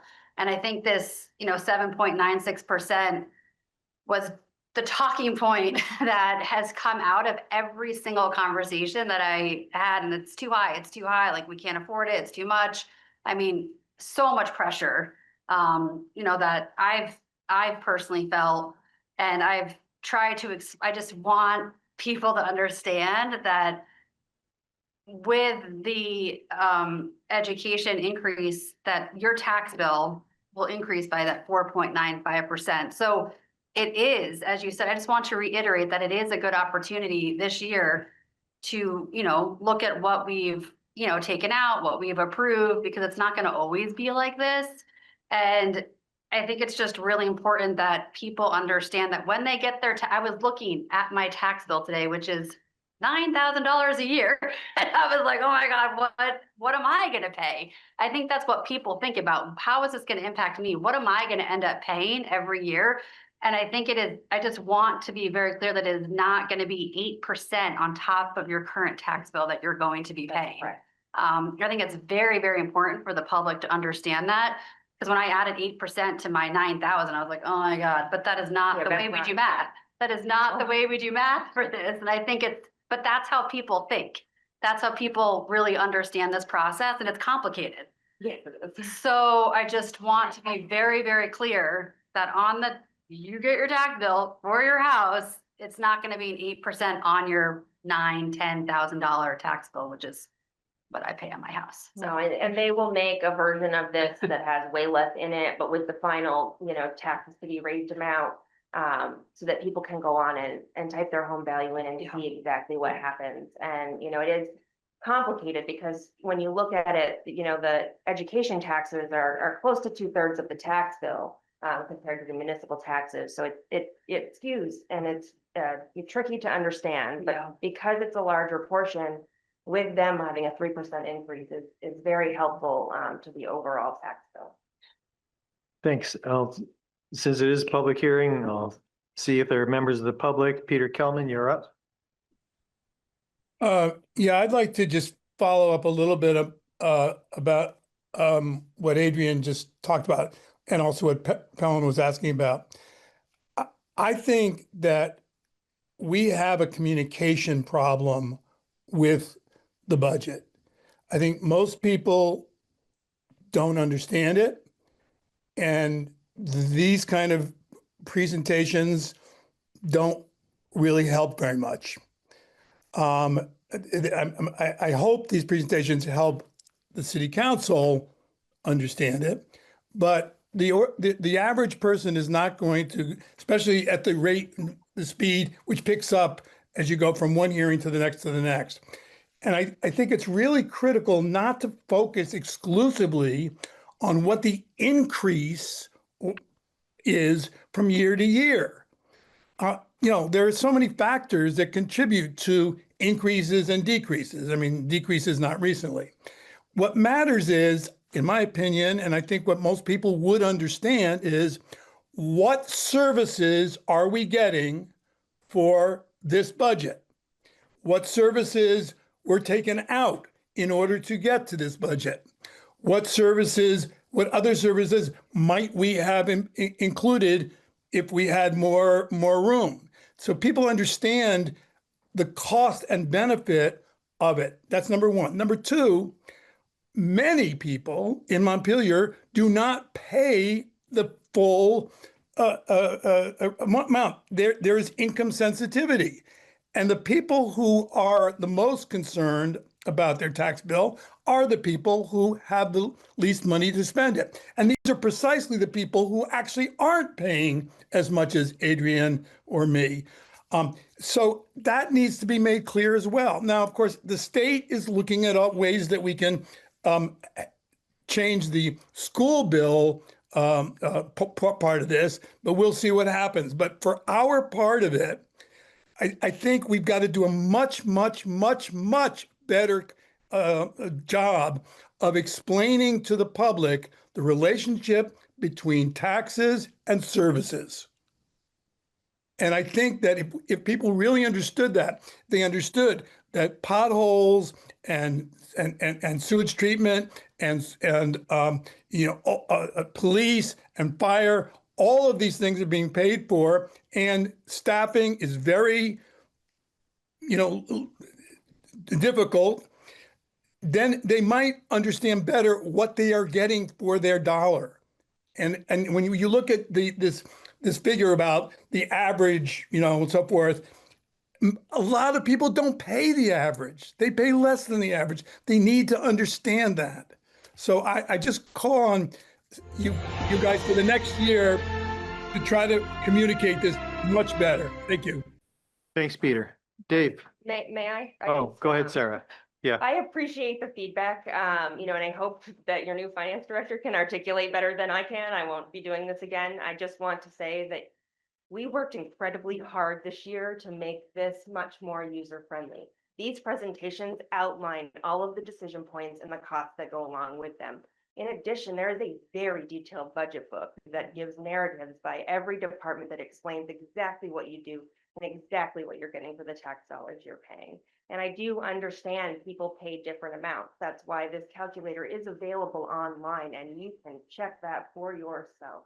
And finally, the income sensitivity piece has nothing to do with the city, and there's no way I can help people with that. That is a state calculation that is based on the homesteads people are filing with their tax returns. And so, I am very proud of the work I have put forward, and I'm going to say that because I deserve that. So You do. Thank you. Thanks, Sarah. All right, Dave, now you're up. Can you hear me? Yes. I understand everything that was said. Thank you. I understand the budget and the school, and the school is 2/3. I know how much my budget went up. It was 2.8%. And a lot of people on fixed incomes have the same pressures that the schools and the cities have with health insurance and inflation. But I said this last week.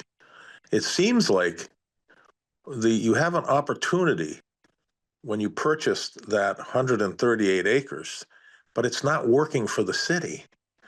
I mean, housing is moving at a glacial pace. I'll be dead by the time they break ground. But why not put a solar farm or something? There's better ideas. Just having it sit there, not bringing in revenue, irks me. You've got a daycare that's renting some space. Montpelier has a lot of senior citizens. Couldn't we put a doctor's office in there? You got a new UVM CEO. You got a new Central Vermont Hospital CEO. You've got parking spaces up there. Utilize that land. Get some revenue from it. That's really what I'd like to see. I mean, Montpelier doesn't need more taxes. It needs more taxpayers and more rents to the city or leases. So I hope you guys will take a look at that seriously. Let that land work for us, for all of us. And I do appreciate the city services. I'm the biggest fan of public works and the fire department and the police department.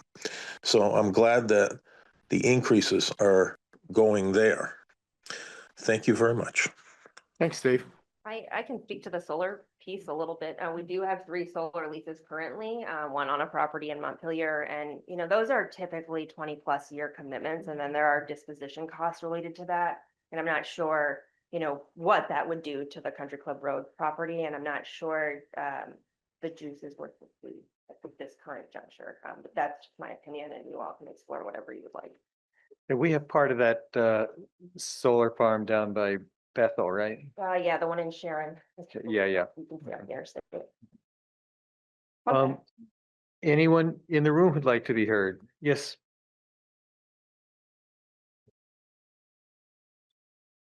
I'm Shana Casper, live on 10th Street. I'm a member of the Montpelier Community Fund Board. We were created by the City Council in 2012 to review requests and recommendations for municipal funds from local nonprofit organizations and individual artists. And so every year the board solicits applications for grants and to support the Montpelier, its residents, and the public good.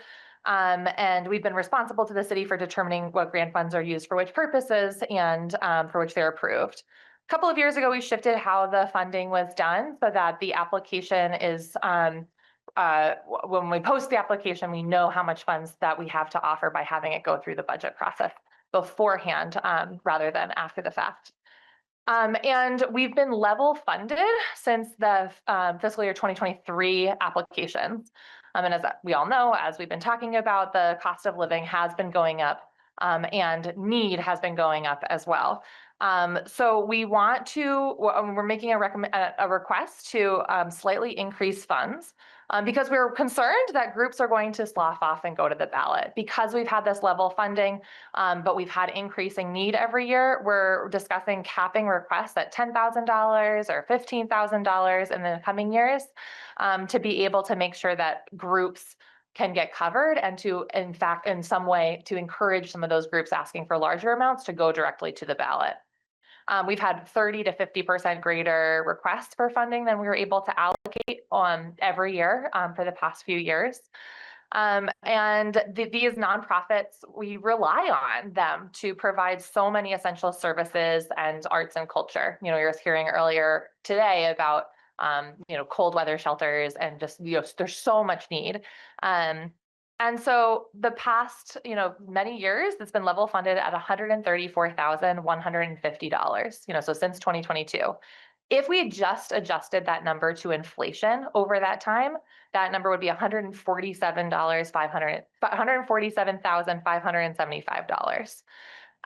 So the request that we're making is just to increase it 3% to just, you know, start to address some of that gap between the amount that's being covered and this cost of inflation. So a 3% increase off of just the FY26 budget would be $138,174.50. So this is just a small increase. It's not going to, you know, make or break the applications that we're receiving, but it will help us to allow to provide some more of those human services requests and arts and culture requests that we get to the Montpelier Community Fund Board. Thanks, Shane. And what's the dollar amount of the up? The amount that's in the budget is $134,150. And the request for that 3% increase is $138,174.50. So $4,025. Oh, sorry, Thanks. that's the question. that was the question. So what that does just mathematically, it will be part of a separate ballot item, but it would take the 4.95% overall increase up to 4.97 by adding that Thanks. $4,000. Thanks, Shane. Thanks for the work you do on this. No question, yeah. Jim Sheridan. Yes, obviously you remember you appointed me to this fund board last week, and I think this is a very reasonable request, very small amount. I support this, and I would make a motion that we add this to the budget. I'll second. Folks, any discussion? Go ahead, Sarah. Sorry, we're not going to add this one to the general fund budget portion. We would want to make sure we're adding this one to Article 7, where voters appropriate the sum. Yes, sorry, Sarah. Thank you. Okay. Yep. Want to vote on this now rather than then wait for the completion of the public hearing? I think it's a small enough item. I read it. Okay, all right. So Jim, we've got your motion. We'll keep moving forward with public. Helen, we're still getting public comments, and so I want to make sure we get all the public comments of the public. Did I get a second, Jack? You did, yes. Okay, thank you. Thanks, Jim. Dan.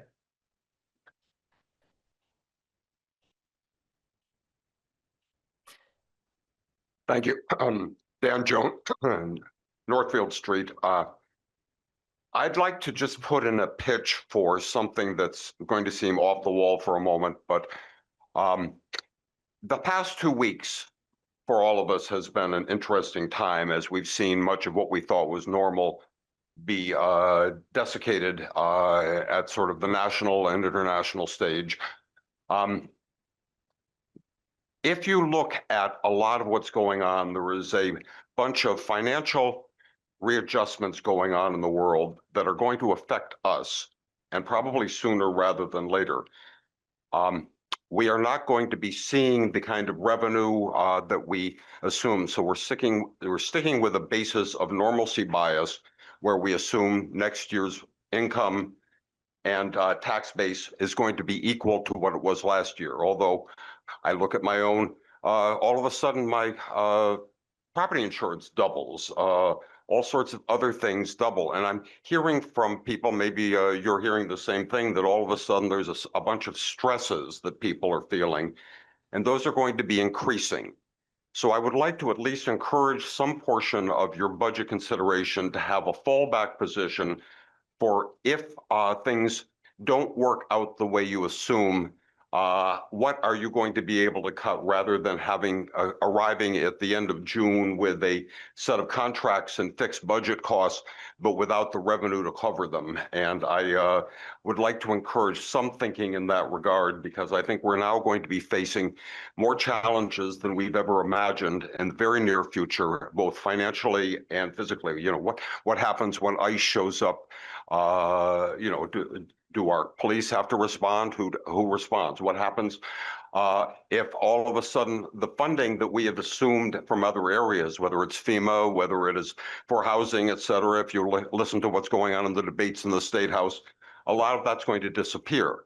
So assumptions as to what we're going to have for revenue may not be there.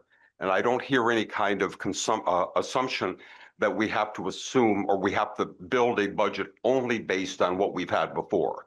That's all I'm asking, is that when we might consider a fallback position of some kind of budgetary capacity for if all of the plans for normalcy fall through. Thank you.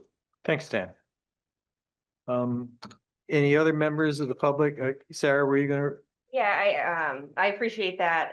You know, our primary source of revenue is property taxes raised from within, you know, this community. And so the city will bill for that. There will be delinquent lists as always. And then there are avenues of which residents can get relief through abatement if they meet the criteria, or, you know, we would follow the process and be able to recoup those funds. The rest of our funding is based on local options taxes or the payment in lieu. And at this time, you know, none of those look like they are in jeopardy. So I think, you know, these revenue amounts are safe. And I do think even the local options tax is in here conservatively, because we just don't know at this time. So I think, you know, we do have those protections built in. And we do get those monthly tracking reports. Yeah, so you'll be able to see what's happening every month. And, you know, the minute anything was strained, finance would, I have taught them well how to wave the flag and draw attention and say, you know, say no and do all the things. So I think, you know, you'll know as soon as we know there's a problem. Thanks, Sarah. Palin? So I just want to ask the bond, 8 million, and how that will affect tax increase. Will it affect it? No, it won't. Okay. This will be borne by the Water and Sewer Fund. Just because we have the authorization to take this doesn't mean we will take it or we'll take it in full, but it sets us up to be able to do these projects. And then those debt payments typically run 20 years and will be part of the water and sewer budgets that are paid for by rate. And we do have debt falling off, just fell off and falling off in the future related to the water plant. And so, you know, this is typical to do capital improvements and replace one debt with another. Yeah. Thank Thanks, you. Sarah. Any other members of the public who'd like to be heard in the budget public hearing? Steve? Yeah, first I want to protest that one of the persons had to leave to another meeting and asked to be heard at the beginning of the meeting on budget and was told no. And I thought we did agree that people could speak to anything on the agenda at the beginning of the meeting. So I protest on her behalf. We're spending on new trucks and salaries and benefits like stone college kids buying big screen television when the rent and utilities aren't paid. Our deficit, 200,000 annual in district heat, 200,000 annual in the parking fund. Budget shenanigans are just a charade of due diligence that have done nothing meaningful for dignified homeless services, public restrooms, essential and long overdue sidewalk repairs, than to have disingenuously robbed 100,000 from the sidewalk budget in favor of the vertical sidewalk, in quotes, Waverly Place stairs, the King Doyle sleight of hand. Missing our funding for the housing market feasibility study for how much of what kind of housing we should be inviting developers to propose. Missing money for a required public master plan process for Country Club Road that complies with statutory public engagement requirements. General disregard of prioritization of grossly overpaid salaries and staff, refusal to make necessary cuts, and the chronic negligence of the fundamental public safety hazards, environmental issues that we continue to ignore and kick down the road. Y'all are prime examples of dysfunctional governance, a compliant and even lazy city council, and most of y'all should recognize that and move on. 5-year capital budget and program. Failure to coordinate with the housing committee to prioritize infrastructure investments for Berry Street reconstruction. We can't build out Sabins without rebuilding Berry Street, and it's nowhere in the capital plan, nor is a road and water and sewer up into Sabins. So y'all are just screwing up at the highest order, and you really just won't even talk about it. I mean, I've been raising these issues for years. So we squander tens of thousands on conflicted consultant White and Burke, the folly of Country Club Road being ready for housing anytime soon while we still don't even have a master plan. And another shell game of taking money from the paving budget to rely on city staff to raise the fixtures and do the paving preparation when they've demonstrated time and time again that they don't know how to pitch the street so that the water drains. Just look at the north and south sides of School Street at Main. Look at Citizens Bank on Stone-Cuttered Ways. Large puddling because we didn't set the drains at the right level. And it's like, they get away with it, no penalty. They'll just add it to a list to not do for another 3 or 4 years, with the one correction that I think you were instrumental in front of Bear Pond Books. And these errors and omissions have been brought to council yet never corrected. So we pay public money, we waste public money, do it wrong, and then we create a backlog of unresolved issues that never gets resolved. They just cost us 2, 3, 4 times over. It's just a shell game of more gross negligence. So no wonder people don't want to participate in this process, because y'all are playing in the icing when the cake is rotten. Thanks, Steve. Zach Hughes. Also, no shell game under my watch. Yeah, if I could just quickly respond. Yeah. I just feel like we've approached this budget in a responsible manner. I really appreciate the work of staff to help us think about that and to make suggestions.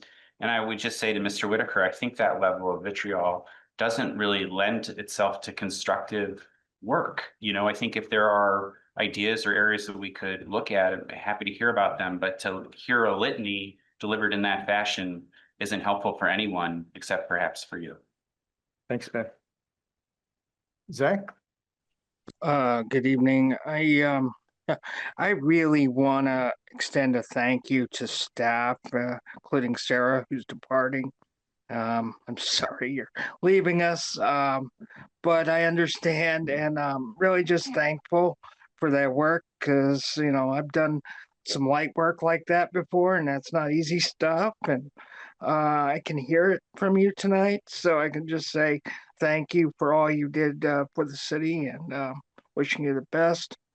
I'm going to put a plug in your ears. I don't know what's possible and what's not, but Jim is on our homelessness committee, and we were concerned in the beginning of the budget process because our committee received an email right after after the meeting had occurred that we had. This was back in I don't remember when that email went out, but point being said, we met, you know, a couple times, and you know, we were assured that we could put a number out. And so I'm going to put a number out based on what the committee discussed. If we were we threw around $5,000, and I'm just going to throw that out there. And if Jim wants to join into it, he can. You know, we talked about it for, you know, outreach purposes, and we would have done a better job had we had better lead time on it. So thank you. Thanks, Zach. Jim? Yeah, we had a meeting today. Hopefully the last meeting on a Wednesday. We're trying to change the time, so kind of put me under some pressure, but I was at it, and we're not looking for any more money in the budget. We're wondering if 5,000 of the 10,000 is in there, can be directed to outreach, because these people are the people that when somebody's out there and doesn't have a blanket, or water or a tent. They pay for it. If they need a ride to the doctor, they pay for it. This money would be administered to help pay the outreach workers back who shouldn't have to be paying stuff when, the city isn't paying anything for it. They're out there doing this on their time, paying out of their own money. And so we would like to see a fund, what Zach was talking about, established out of some of that 10,000 to be able to pay them back when they pay for things on the street like that. Thanks, Jim. Sarah? So the 10,000 that's in there, we started with 50,000 and we ended up having to pare that back. What we believed that 10,000 likely would be used for was cleanups and encampment cleanups. And so, if it is the council's pleasure and under an agreement that the new city manager makes, that absolutely 5,000 of that could go to peer support or outreach. But there is 10,000 in the budget for homeless support already. That's what we thought. Thanks, Sarah. Folks, is there anyone else, any other member of the public in the room or online who'd like to be heard?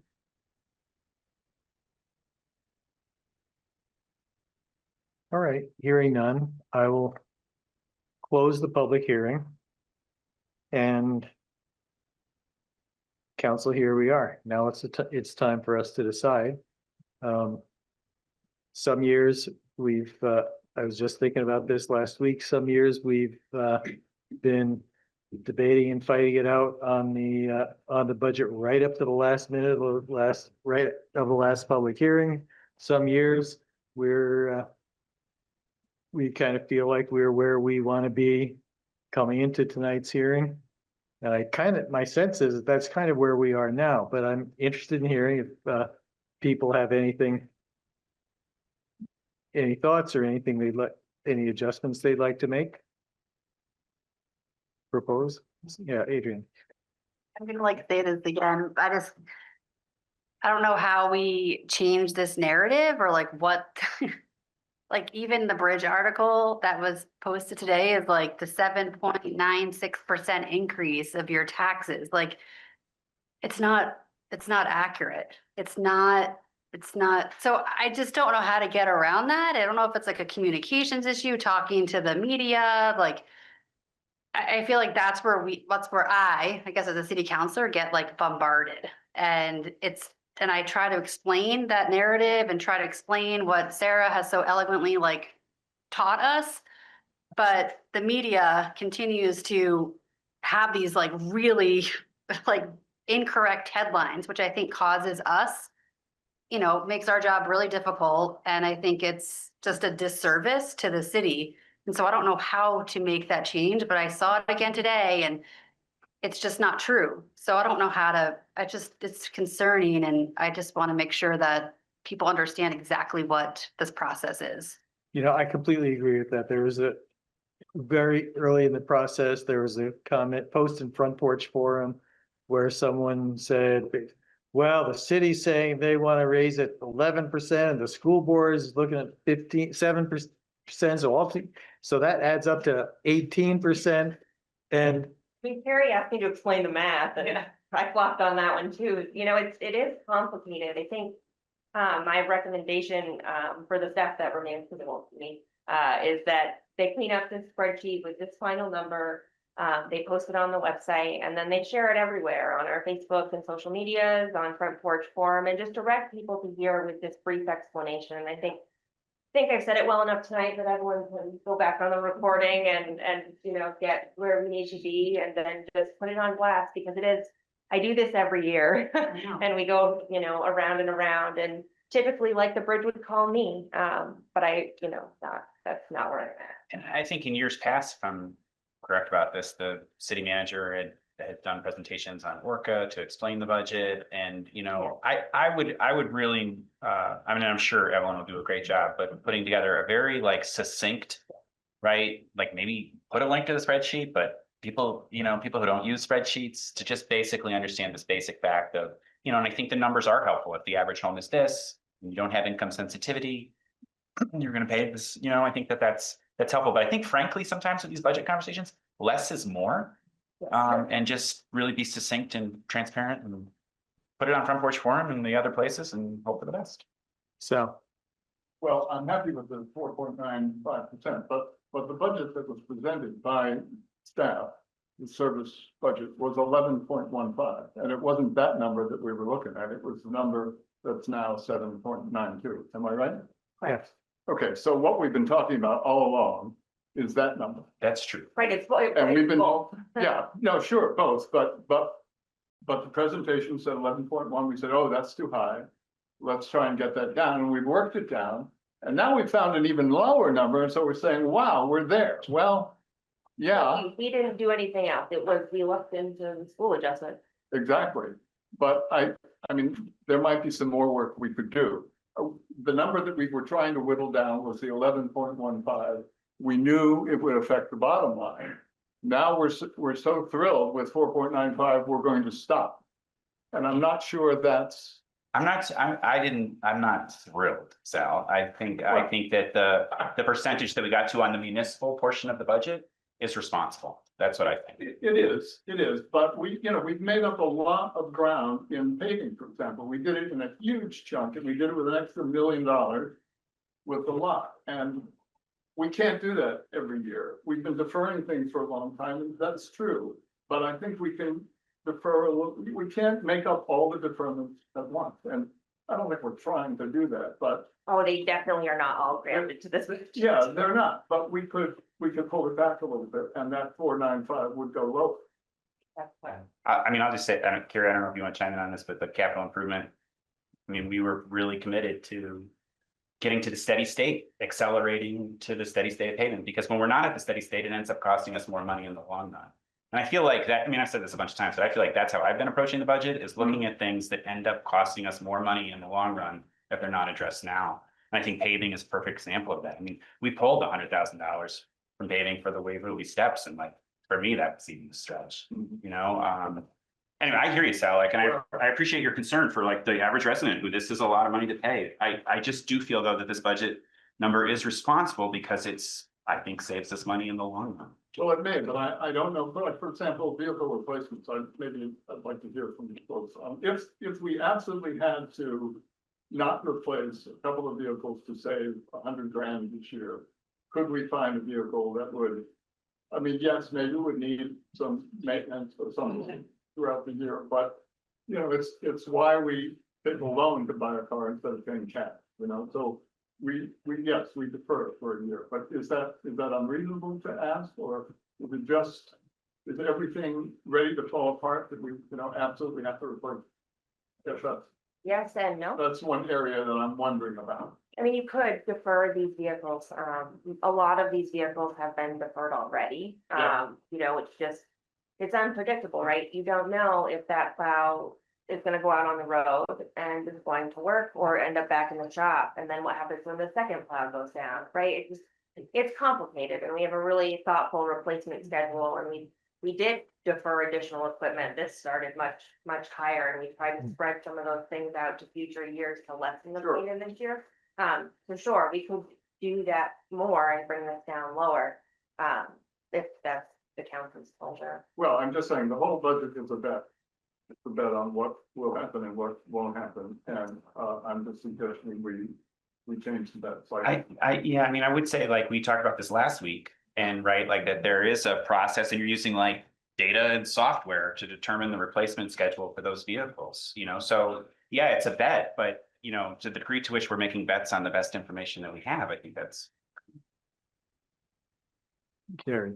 Yeah, I think that sometimes I want to be council every time about what we defer and what do we defer. And we're in some holes now very clearly. And so I think that this budget with the 4.95, we're fortunate that it can work out this way because of school budget and other, whatever that math is. Yeah. And so we've already made the commitment to the paving budget and to try to get to a steady state there in the capital plan. And the fact that we can do that much, I think is really great. And I really want to stick with it and don't want to defer anything else or cut anything else, because if we if we do that this year, it's just gonna put us farther into hole. We're gonna have to do it in the future. And I think we can do it now. I think I agree, this is a responsible budget. I think this is, not ideal as a tax increase, but I feel fine about it. And I would rather take the opportunity to try to get a little bit out of the hole now while we can, given that we don't know what it's going to be like next year. Maybe next year it'll be even worse. And just I reshared the capital budget slide just so you can see the increase in equipment year over year is only $100,000. The big driver is the jump in paving here that's being funded. And we started deferring equipment back before I arrived in COVID, and I've watched how big of a price we paid for that. And so, you'll see big jumps in outer years, and we're still fine tuning that to bring those equipment amounts down. And, figure out exactly, but you can see based on the $1 million a year in 28 through 31, we already have significant equipment pressure in there. As we started with $1 million this year in those lines and bumped some things out already. And we'll continue to bump things out, which is why I just caution you about the bumps from this year. Helen. Oh, sorry, and then Adrian. I think Jim was waiting before me. Oh, okay. If you want. Sorry, Jim, I didn't see you. That's all right. Stick around on my screen. Go ahead. That's all right. I think we got lucky this year, like Sarah says. I can live with 5%. I think the worry for me is more next year because our city budget was 8% up. And we may not be as lucky next year, and 8% may be too high, but we're getting the city used to an 8% increase, the staff. I'm worried about if the school is way up next year, we're going to have to deal with this a little different. But I'm fine with this year, but I just caution when you do something like this, it can come boomerang on you next year when people expect 8% in the staff and suddenly with the school high, we won't be able to do it. So that's all I want to say. Thank you. Thanks, Jim. I don't know that staff will definitely get their heart set on an 8% increase. We know how difficult this was it was incredibly challenging for Kelly and I to bring to you an 11% budget increase. We knew how that would be received. And I spent days and weeks and, as much time as I could, and I combed through that budget to cut everything I could, make that hurt less. But anything after 11% was a policy decision, and that's why we brought it to you at that. Because that wasn't a decision for me to make on the city's behalf. And so nobody thinks we're going to get 8% every year.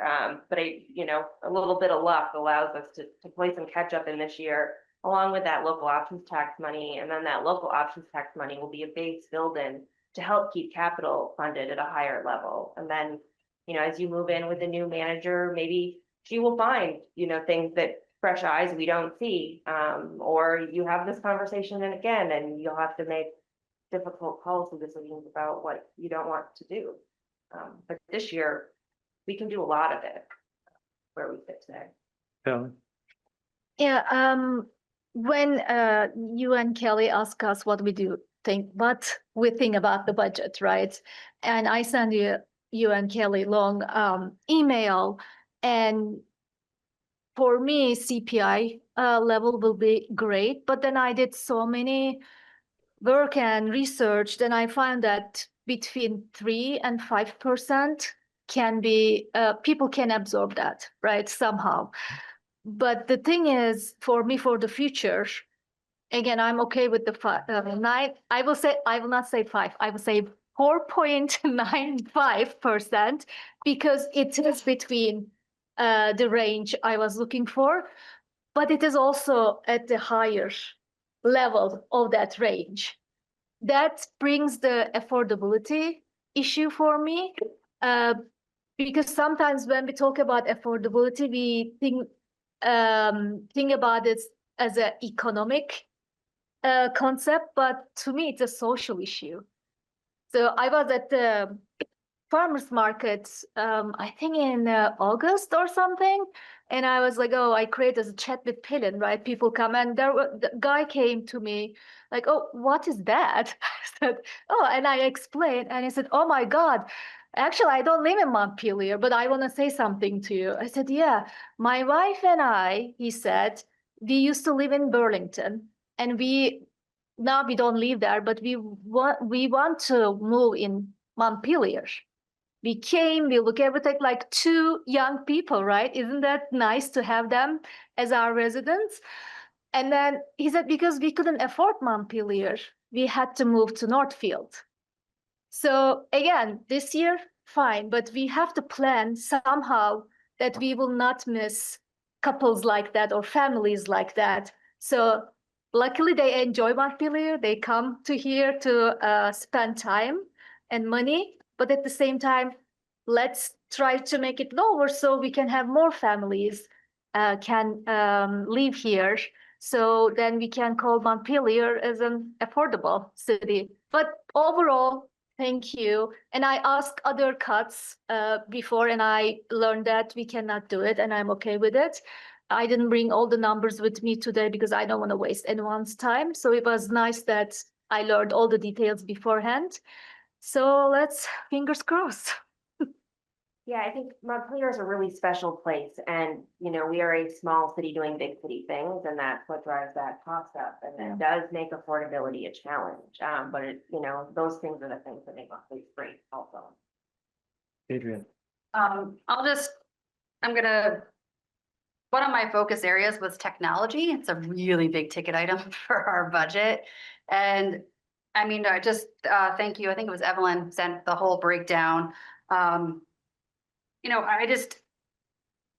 sure you've looked to figure out how to cut these costs, but I just want a little bit more information of, the basic telephone service, went up.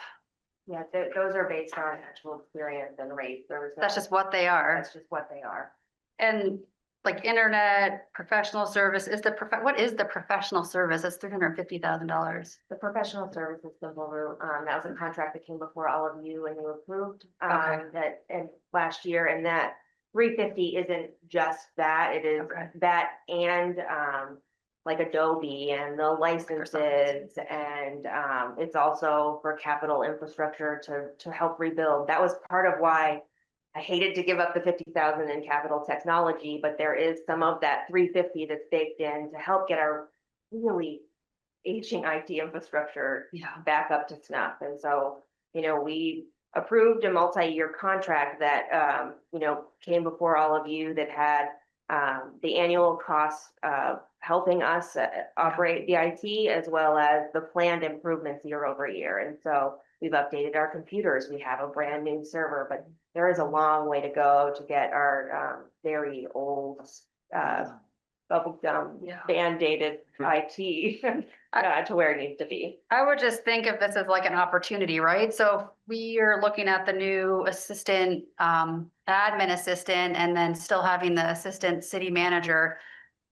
In my mind, gosh, wouldn't it be nice to have someone with some IT experience to come in and look at, helping with the website, the Zen City, and like maybe reducing some of those costs to have that in-house. I'm just thinking like the next year or two, because we spend a lot of money on technology, and I know that you all don't have an in-house IT person. So I'm just thinking about the future in terms of opportunity, of thinking about some of those available positions, maybe hiring someone with those expertise so we can lower those costs. Because I think that could be a potential cost savings in the next 1 to 2 years.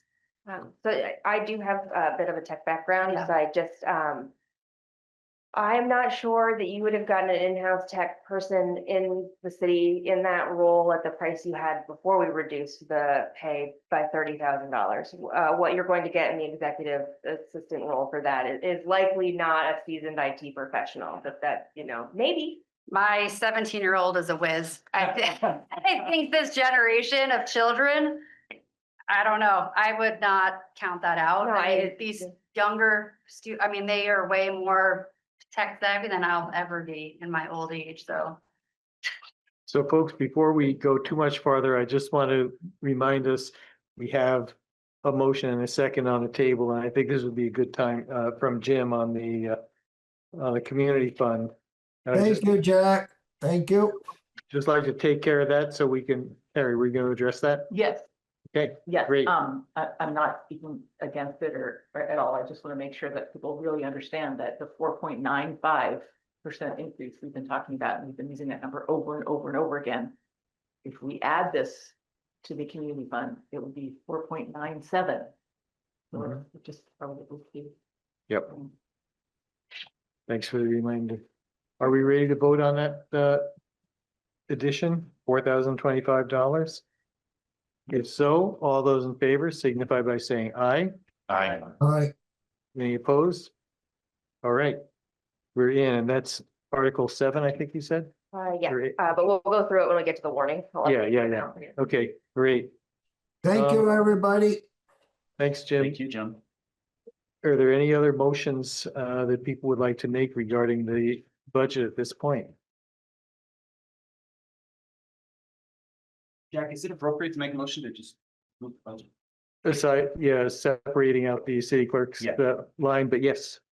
Wow. I'll make a motion that we approve the budget as presented, with the caveat that we separate out the clerk's office line. Is there a second? Second. Any discussion? Yeah, I want to ask more a clarifying question. Should we make motion for all the things we work on? Or we will just approve the last Yeah, this number? is, Yeah, this is just all of what we've done. Yeah. But this is the same budget with the same, let me just pull that number.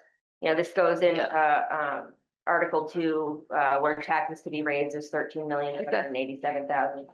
Yeah, because I received this question, so people were wondering like, how did you decide all these things without motion? But apparently there is no need to make, because we There were will. motions in the other two meetings to decide these things.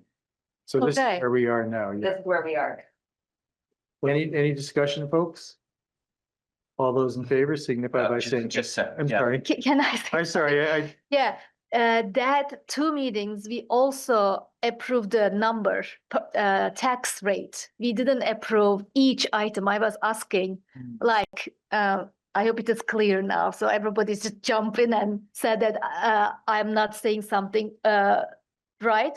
But I was asked, as a city council, do we need to make a motion for it? Or we are removing 50,000? No. That so- was my clarifying question. Okay, Thank no. you. So what happened at the last two meetings is, there was a motion to approve the budget as presented with these reductions already. And Okay. so at, not the last meeting, but the meeting before, we removed $196,248. And then at the, last meeting, we removed another $163,956. And Yeah. so there were motions for each of those to make it happen, but not individually one by.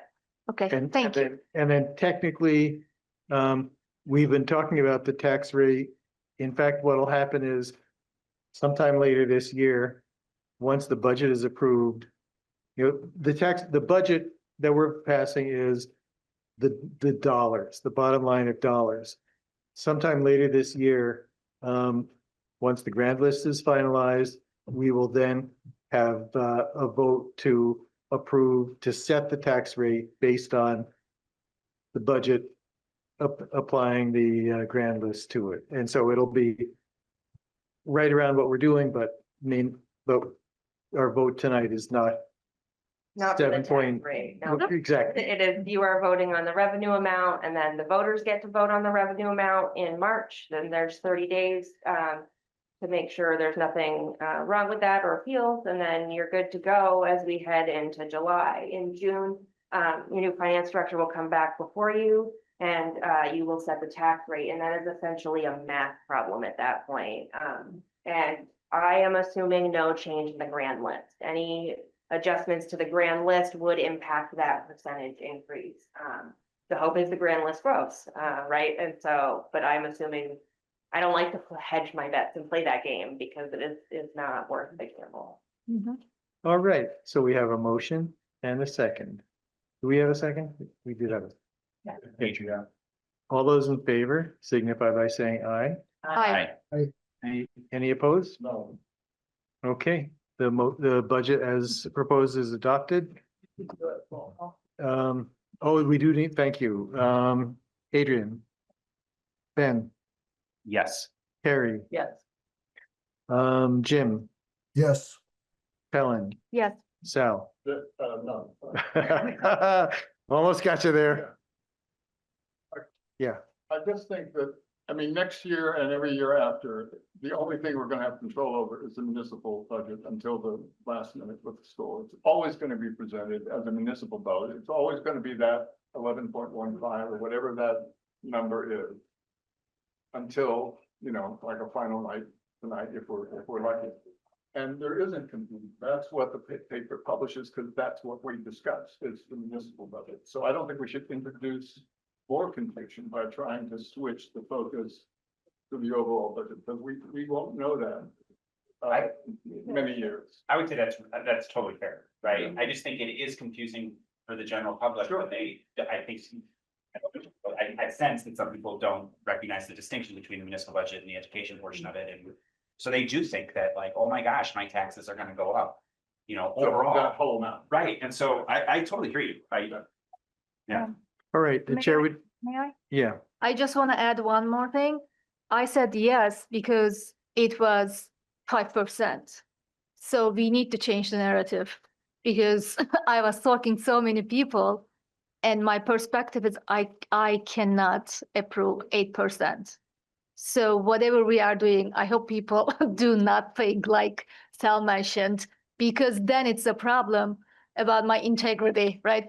I approve 5%, all of us, or whatever. I don't want to talk on behalf of anyone. Yeah. All of you approved is not 5%. You approved of the 8% increase and it nets down to 5%. So that is what happened. Okay, then I don't want to approve 8% because we talk about all the things based on the bottom line, right?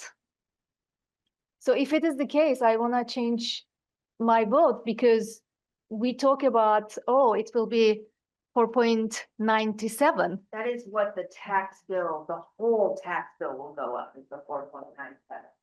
The education portion of that tax bill will be driven up 3%, and the municipal portion of that tax bill will go up to 7.5%. And proportionally with the weights of each of those things, it nets you down to the 4.95% increase overall. And so in prior years, the school has had higher rates and we've cut our budget to offset those rates. And so this year just happens to work in reverse based on the education formula funding. And I 100% stand with what Sal was saying. We don't dabble in education. This is the municipal budget. But if you want to cut additional things, you can, but right now you're sitting at an overall 5% increase. And I think, everyone can help articulate that on the website and share that so that people understand 8% city, 3% school, 4.95% overall. So the vote Okay. is, the vote is what it is, and the vote is final at this point. It was 5-1.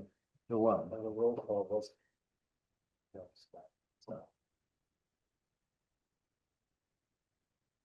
So. Well, I'm not sure. Isn't Sal the last one? Yeah, I think that was the. I always do it alphabetic. I do it alphabetically because that way it's easier for me to remember. Thanks.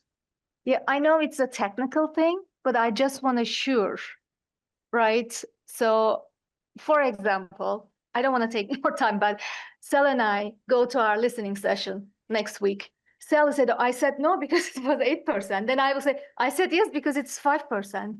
And people will say, what are you talking about, you two? Like, haven't you in the same meeting? That's why I just want to be sure what we are voting, right? Because we started, oh, this is the difference after the education tax.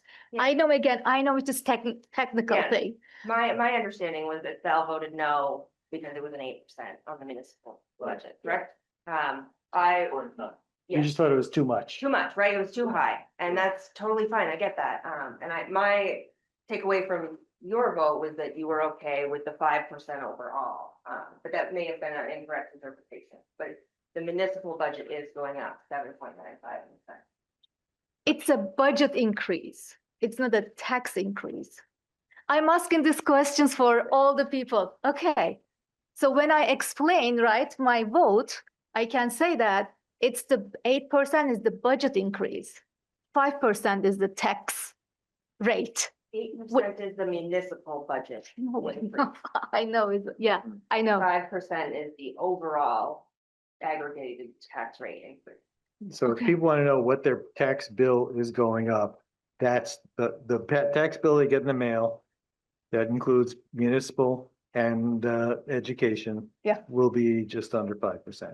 Right, and so if people can use the spreadsheet that'll be posted online, if they don't want to use that, it's as simple as taking your prior tax bill, taking a look at that, taking the municipal, it's broken out, education versus municipal, and you can just quick math, school times 3% equals X, municipal times the 7.95% equals, and then you can come up with that math on your own. It is pretty straightforward. I know, like, I live it every day, so I get, but I'll make sure Evelyn. Yeah, I just want to bring this up because we talk about changing the communication, changing the narrative. That's why I am trying to explain clearly, because people go back and watch these recordings. So if I sound like, why is she asking the same question? Didn't she get? No, everybody like, understand. So I have to highlight, right? Oh, this is what we talked. This is what we voted. And this is what we decided to share with the public, right? So that's why I was asking. My takeaway on the narrative, if I may, is that we approved a municipal budget that has a 7.95% tax increase. We talked about the school budget that we have no control over that has a 3% tax increase. And when we look at the bottom line, that gives us a 4.95% tax increase overall. And I think that is the narrative. Yeah. And that's an honest report of what we did, Yeah. Folks, before we, Yeah, 4.97, my bad. before we take our break, which is Thank you. imminent, the chair would entertain a motion to approve the city clerk's line of the budget. Please. Oh, no way. Zero. hold it against me though, it's just got your old order. So moved. Is there a second? Second. All those in favor signify by saying aye. Aye. Any opposed? And I will. You're abstaining. Yep. All right. We're gonna take our 8:30 break at 8:51, and let's try to be back here by 9 o'clock so we can get Sarah out of here as quickly as we can. And next up is the second public hearing on the bond. So I'll open the public hearing and I will recognize the finance director.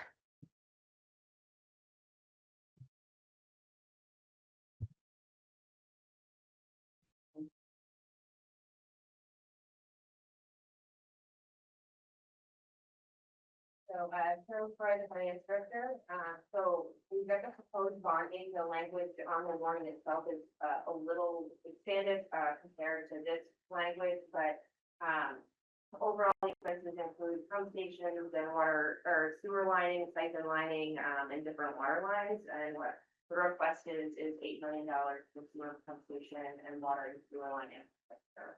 I will share the warning that is available online. That way, you can see exactly.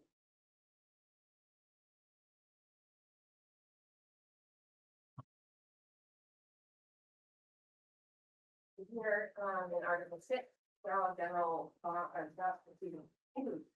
obligation bonds amount in an amount not to exceed $8 million, subject to reduction by the application of federal and state grants and aid and reserve funds. Issued for the purpose of constructing water and wastewater system improvements, namely for sewer pump station and water and sewer infrastructure improvements. The estimate cost of such improvements being $8 million. And so this broad language allows room within this bond, but it designates that it is specific for water and sewer. And so that's how it will be repaid. It's by water and sewer rates, not the general fund. Thanks, Jim. Yes, I'm going to make a motion, but first of all, I just want to kind of give some bullet points to precede the motion. In the motion I'll make the motion first.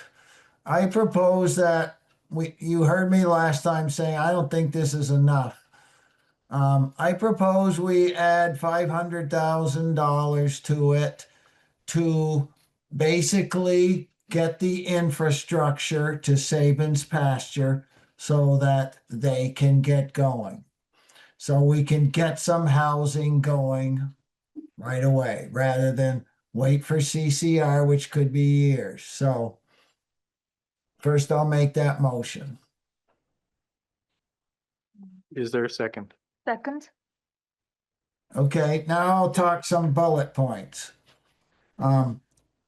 Geographically, Saban's pasture is the best location for residential growth based on the proximity and walkability to downtown services, and it does not flood. It's been in the master plan since 1990, growth center since 2016. Existing sidewalks provide access to the nearby co-op and other facilities along Berry Street, Stonecutters Way. Senior housing is needed now, given that more than 40% of Montpelier's population consists of seniors. This could allow them to relocate, put their residences that probably are 3-4 bedrooms on the market for new families. It's above the 100-year flood zone, designed to comply with Montpelier's existing zoning, Act 250 environmental standards of a 100-year flood event. And also basically what they need is municipal water, sewer, and limited stormwater mitigation infrastructure connected to be extended to the curb cut site. It has been and continues to be shovel ready to advance residential housing, and we will get permission to connect through to CCR. So that's my presentation on this.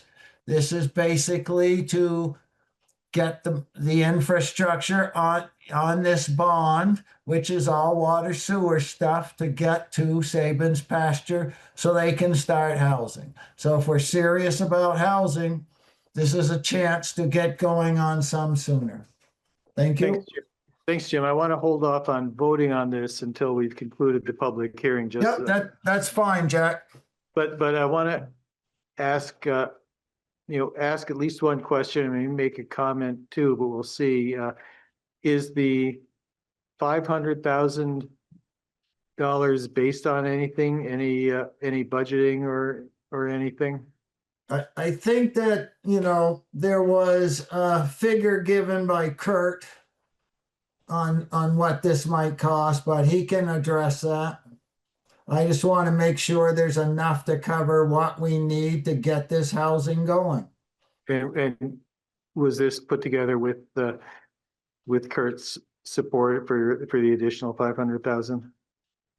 No. I talked with a couple counselors on this and said that I know we can get the permission to extend the road to up into CCR when the time is right. And I thought, seeing how we're doing a bond, it is just a good time to put it out there.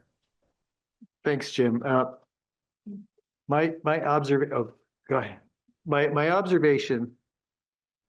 is that I agree with you that Saban's pasture is an ideal place for housing development.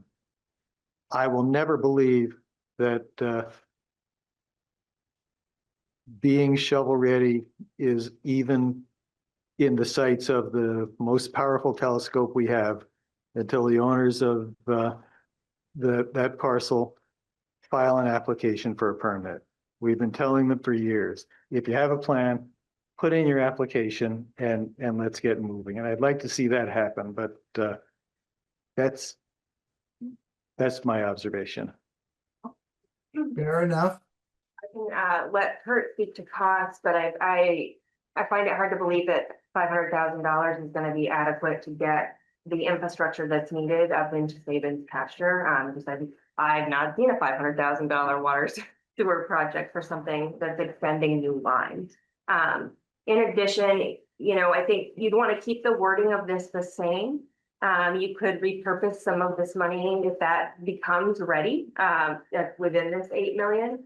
when the time comes. In addition, just because the 500,000 would be added to this article, doesn't mean that it is guaranteed to go towards that project.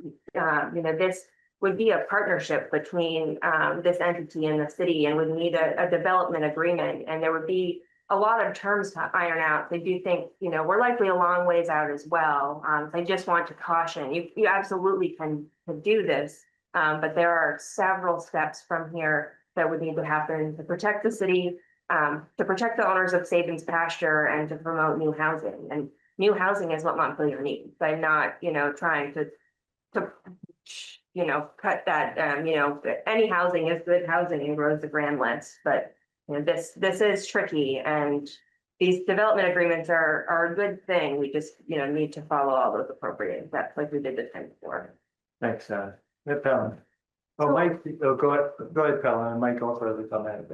So Sarah, you are saying that even if we don't put extra money, this bond money can be used for that project too, right? So we don't have to add more. It could, it Yeah, could be, we can just like decide how to use it. So then we Right. don't have to change the article language. We don't have to.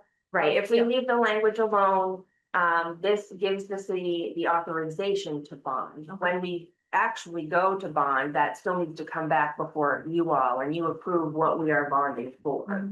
That fits within the parameters of this article. So there will be multiple times to approve it. Then we can talk about what to do with the owners with a specific plan. But we will have the money to support if there's a decision. Okay, thank you. Mike,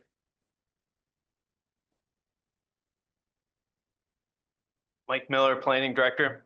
So I think the important thing to keep in mind right now is that there's currently a program in place that is opening up.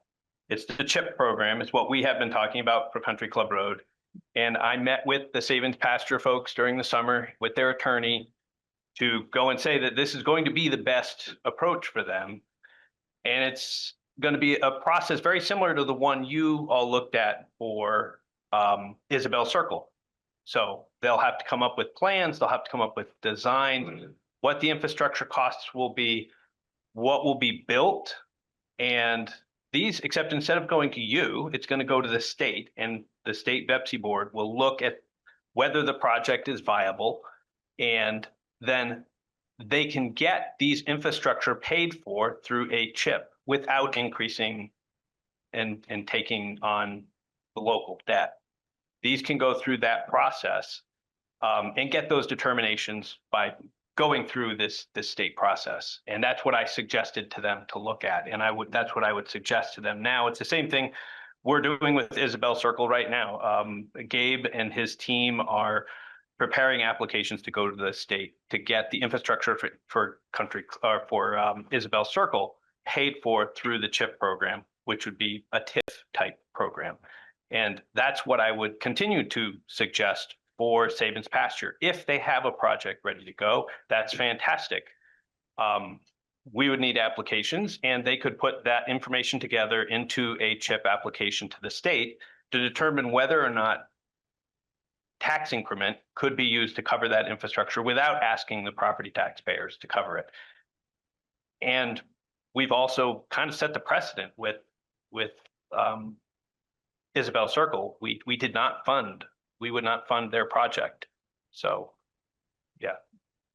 so Is it CHIP a reimbursement program? CHIP works just like TIF, tax increment finance. So one side or the other, either the person doing the construction, the developer, or the city will eventually have to take a bond, but that has to be voted on separately for that particular project.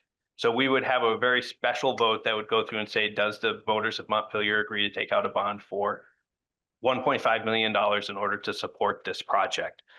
Understanding that this will be paid for in part or in whole by tax increment. Now, if the developer does not put in enough development, then residents are on the hook to pay the difference. If they do build the development, and build more, then that's great. And that's what currently through the CHIP program, that's going to go to the state. They're going to look at all the numbers. They're going to do those pro formas and they're going to do all the financial analysis. So when it comes to the city for the vote, if it comes to the city for the vote, then you would have that assurance that it's been reviewed and vetted and you'll have some input.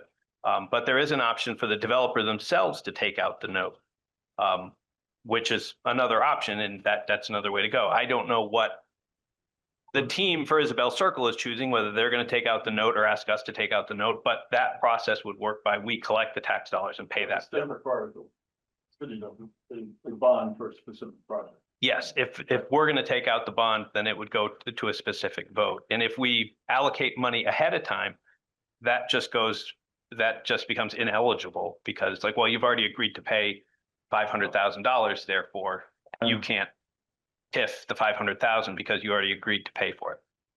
Gotcha. Adrian. Thank you. This is very complicated. And so I think when we were looking at the bond, I mean, I just want to be optimistic. I want housing. And so I think that was the intent. It's like, how do we make this easy?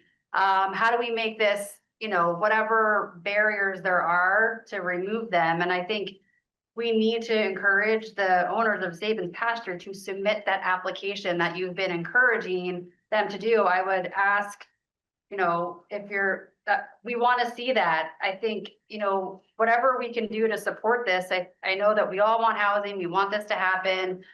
We saw this bond as an opportunity, but it sounds like there's other ways to work with them that might be more, financially feasible. And in the end, we just want housing. So we can add that to our list. So our taxes will stabilize over the upcoming years. So that was some more background around that discussion. And thank you, Mike. I know you sent that an email. Thank you for explaining that also, but that was just the intent. Thanks, Adrian. Doug? Yes, can you hear me? Yes. Thank you, everyone. I'm afraid there's a little bit of misunderstanding. I believe that Jim's request is to extend municipal services within the municipal right-of-way to the curb cut location, period, not onto the property. Yes. There needs to be approximately 450 feet of gravity sewer line extended to the curb cut. The water line needs to be extended basically across the street. And the stormwater needs to be extended to an existing stormwater detention center that was done in conjunction with the recent Berry Street road improvements. This is for the first approximately 100 feet of the proposed access road, period. Thanks, Doug. Thank you. Those costs, offsite costs like this are CHIP eligible as well. Great. Alan?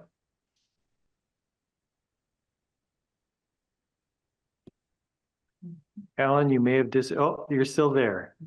I was going to say, I think Doug just answered it.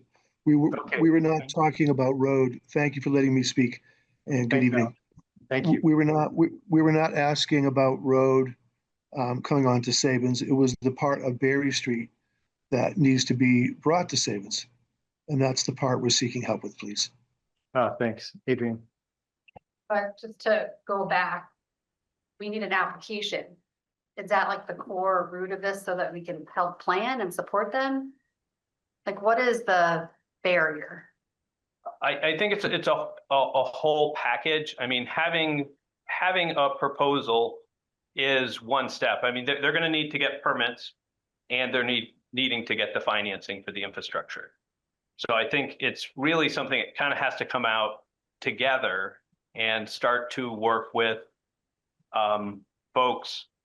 There are different companies that can help you go through the CHIP program. So they really just need to start connecting with folks who can help them go through the CHIP program, because it's going to be probably an iterative process back and forth as they're working with the state. The state's going to say, we need to see a little bit more X or a little bit more Y, or and that's going to affect the permit. But we can do the preliminary reviews of these to determine, yes, this is going to be something that from our standpoint in the permit office, we don't see any barriers to. We can approve these.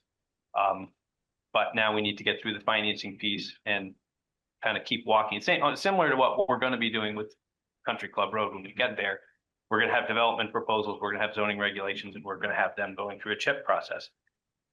And it's just going to kind of walk its way through in a clumsy manner probably as we go and say, yeah, we're going to do this. And it's like, well, we got to adjust that to make this happen because we need X, Y, and Z. But that's the general process that I think they need to start working on. But we need to see, and not necessarily the application with the check, but we need to start seeing these rolling out with very clear proposals of this size building, this amount of footprint, so we can calculate increment, how much tax revenue is this going to generate? I was just in a conversation with someone the other day, and I was talking exactly about Sabins pasture. When I moved here in 1983, at the bottom of Sabins pasture,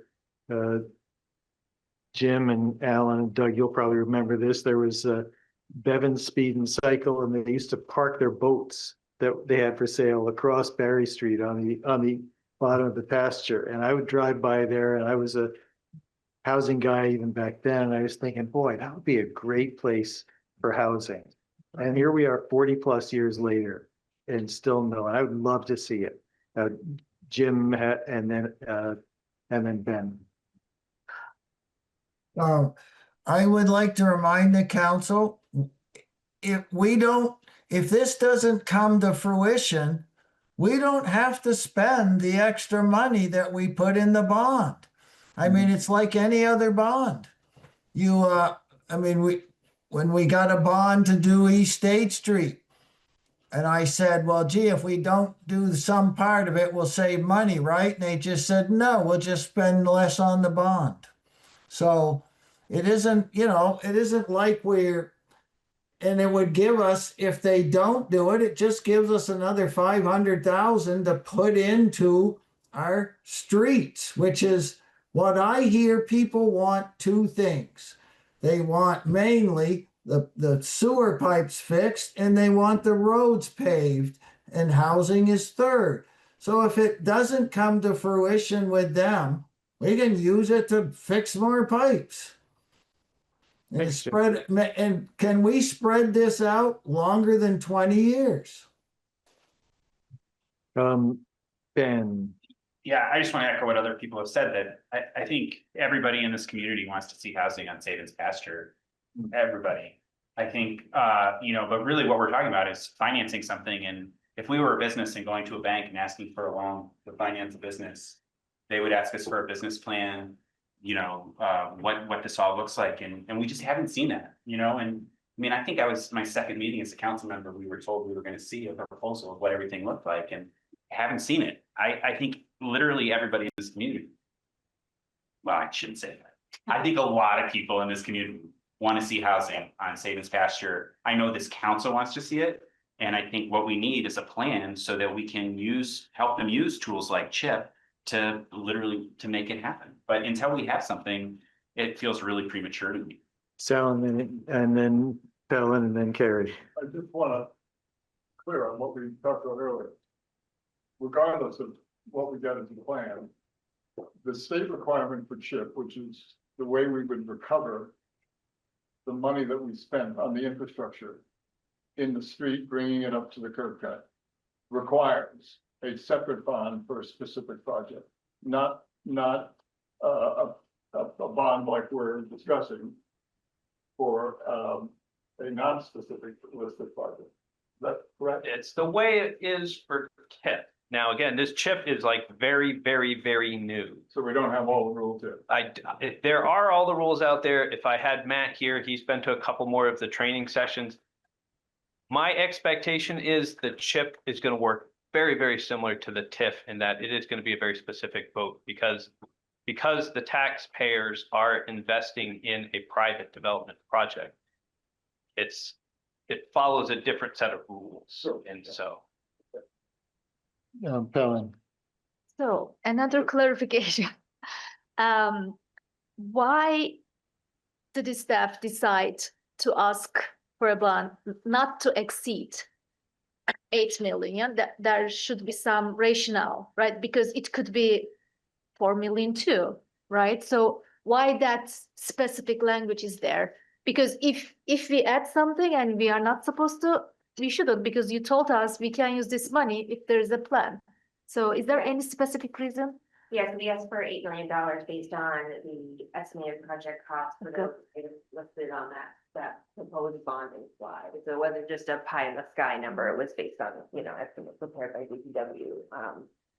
Based on our long-term master plans to replace water and sewer lines, also in accordance with, where we are with the state. And our bond.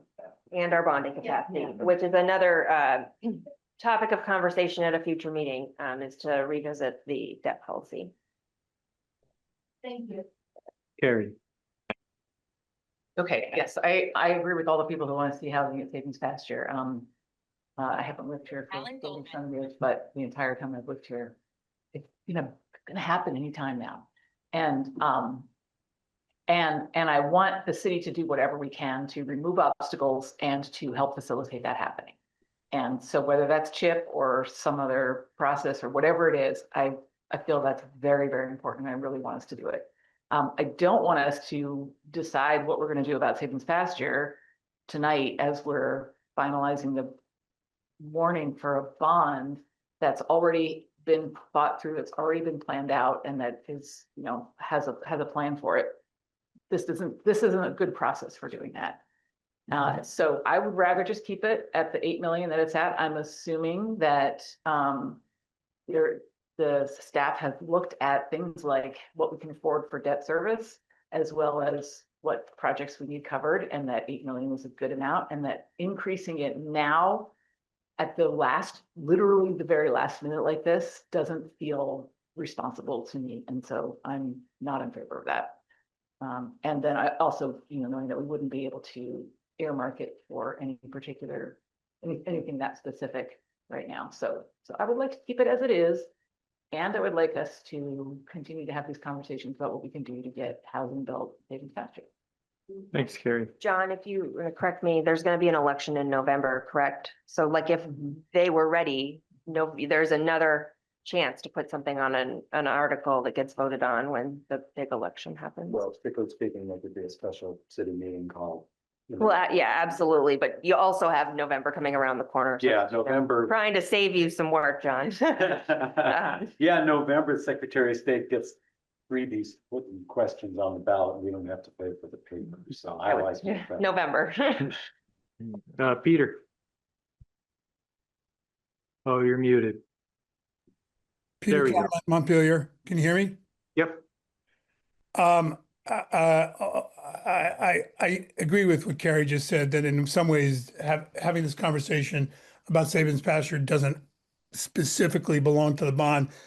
But since Mike and Ben both spoke to this issue, I want to comment on it. They both talked about, needing a business plan and, we haven't seen anything yet and so forth. I would like to see the city council direct the director of planning and community development to proactively work with the owners of Savings Pasture to make this happen. This idea that, oh yeah, well, they can hire this and they should do this, they should do that. The Office of Planning and Community Development needs to be proactive, working with developers who are ready to do this. And I have not seen that happen over the last 10 years, except for the distillery, which was a business. I haven't seen this happen with housing. And I think you really should direct Mike to pursue this aggressively. Thank you. Thanks, Peter. Are there any, just to remind people, we're still in the public hearing on Article 6, the water and sewer bond. Are there any other public comments directed to that item? And Alan Goldman, you passed on your opportunity to talk before, so I'll call on you now. Thank you, Mayor. You're very kind. Again, I apologize. There seems to not be true clarity what we're seeking assistance with. We're seeking assistance with when the original TIF project of 64 million and 26 million was assigned to Sabins. And there was a substantial amount assigned to Berry Street that was going to rebuild Berry Street. We realize we're in a different position now, but we were hoping at least the city could finish the progress that it needs to make on Berry Street to get it up to the edge of the site. I just wanted to make that clear. We were not seeking a road that was going on to Sabins. We realize that's now a different situation, as Mike is talking about, that too could be approached with a chip. But we were also hoping, and it sounds like maybe you can reassign some of the 8 million, that at least the city could bring the proper connections we need to take from that point. And I appreciate the time and thank you all. Thanks, Alan. Folks, one last turn. Steve. This is a area that I've done a lot of research and thinking about. This is a prime example of our dysfunctional planning. And the fact that we had a TIF in place that included Sabins pasture and we dissolved it in favor of an unresolved brownfield, right? And that was just the stupidest thing to do, because we could be now building within that TIF infrastructure, bonding, putting a road through, accelerating housing. And we shot ourselves in the foot. And to presume that every developer is going to have the resources and team to develop a chip application, you know, chip is brand new, as you just heard, and it's going to require a lot of expertise and focus, one project at a time, which is going to make it less likely to have a comprehensive plan for the city of where we need infrastructure.